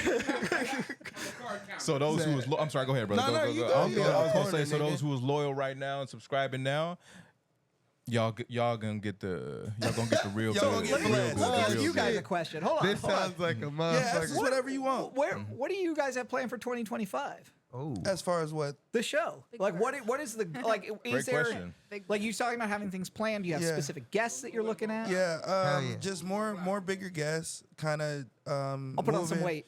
Moving our, My dog. moving our Patreon episodes. We're gonna drop our Patreon episodes on YouTube. Kind of start growing our YouTube fan base from there. Really, it's just looking for sponsorships to kind of just sponsor and support everything that we're doing and kind of just move us to the next levels. Kind of update everything, which is gradually and surely just updating and doing what we got to do for If sure. people don't know, this shit's expensive. As a man. motherfucker. Yeah. And we trying to open back our network. Like we gonna open back the network. There's just a up lot of shows, a lot of different shows. I know him and June. I was talking to Bill yesterday. lot of stuff. So about they're gonna do probably a religious podcast. Yep. That's Him dope. and he has some things in the works and Glass and his golfing and things in the works. I'm gonna talk to Taylor about getting her little thing going. So just trying to That's right, branch Tay. off and just trying to do more and just trying to get all of our It's like our all channel. our talking out there. Yeah. Right? We're gonna get a photo shoot going. Oh yeah, ASAP. For sure. ASAP. For sure. ASAP. For sure. Album's done. Gerald so we Ford need in the that. back of all of those photos. Yes. Looking yes. spectacular. Yes. That'd be crazy, bro. Gerald Ford's never had so much drip for a dead guy. That'd be crazy. Well, we're the Iceberg Lounge. I appreciate you guys for tapping into this very special YouTube drop. I go by the name Uno. To my right, it's Phyllis Driller. To his right, Taylor. To her right, the boy June the man. Thank you for coming, my brother. Thanks, man. Yes, Appreciate sir. you Carter guys. in this Appreciate you, motherfucker. brother. Round of Thank you, applause man. Shout again. out. I appreciate it. My Appreciate boy. it. Before we get out of here, I want to leave y'all with a very special message. Wake up every day and strive for perfection. And when you come short, because you definitely will come short, wake up and do it again. We're the Iceberg Lounge. We'll see you next week. Big Bird. Bitch. And Graham was shot 27 times in the face on the way out the door. Man, that hate mail right fast.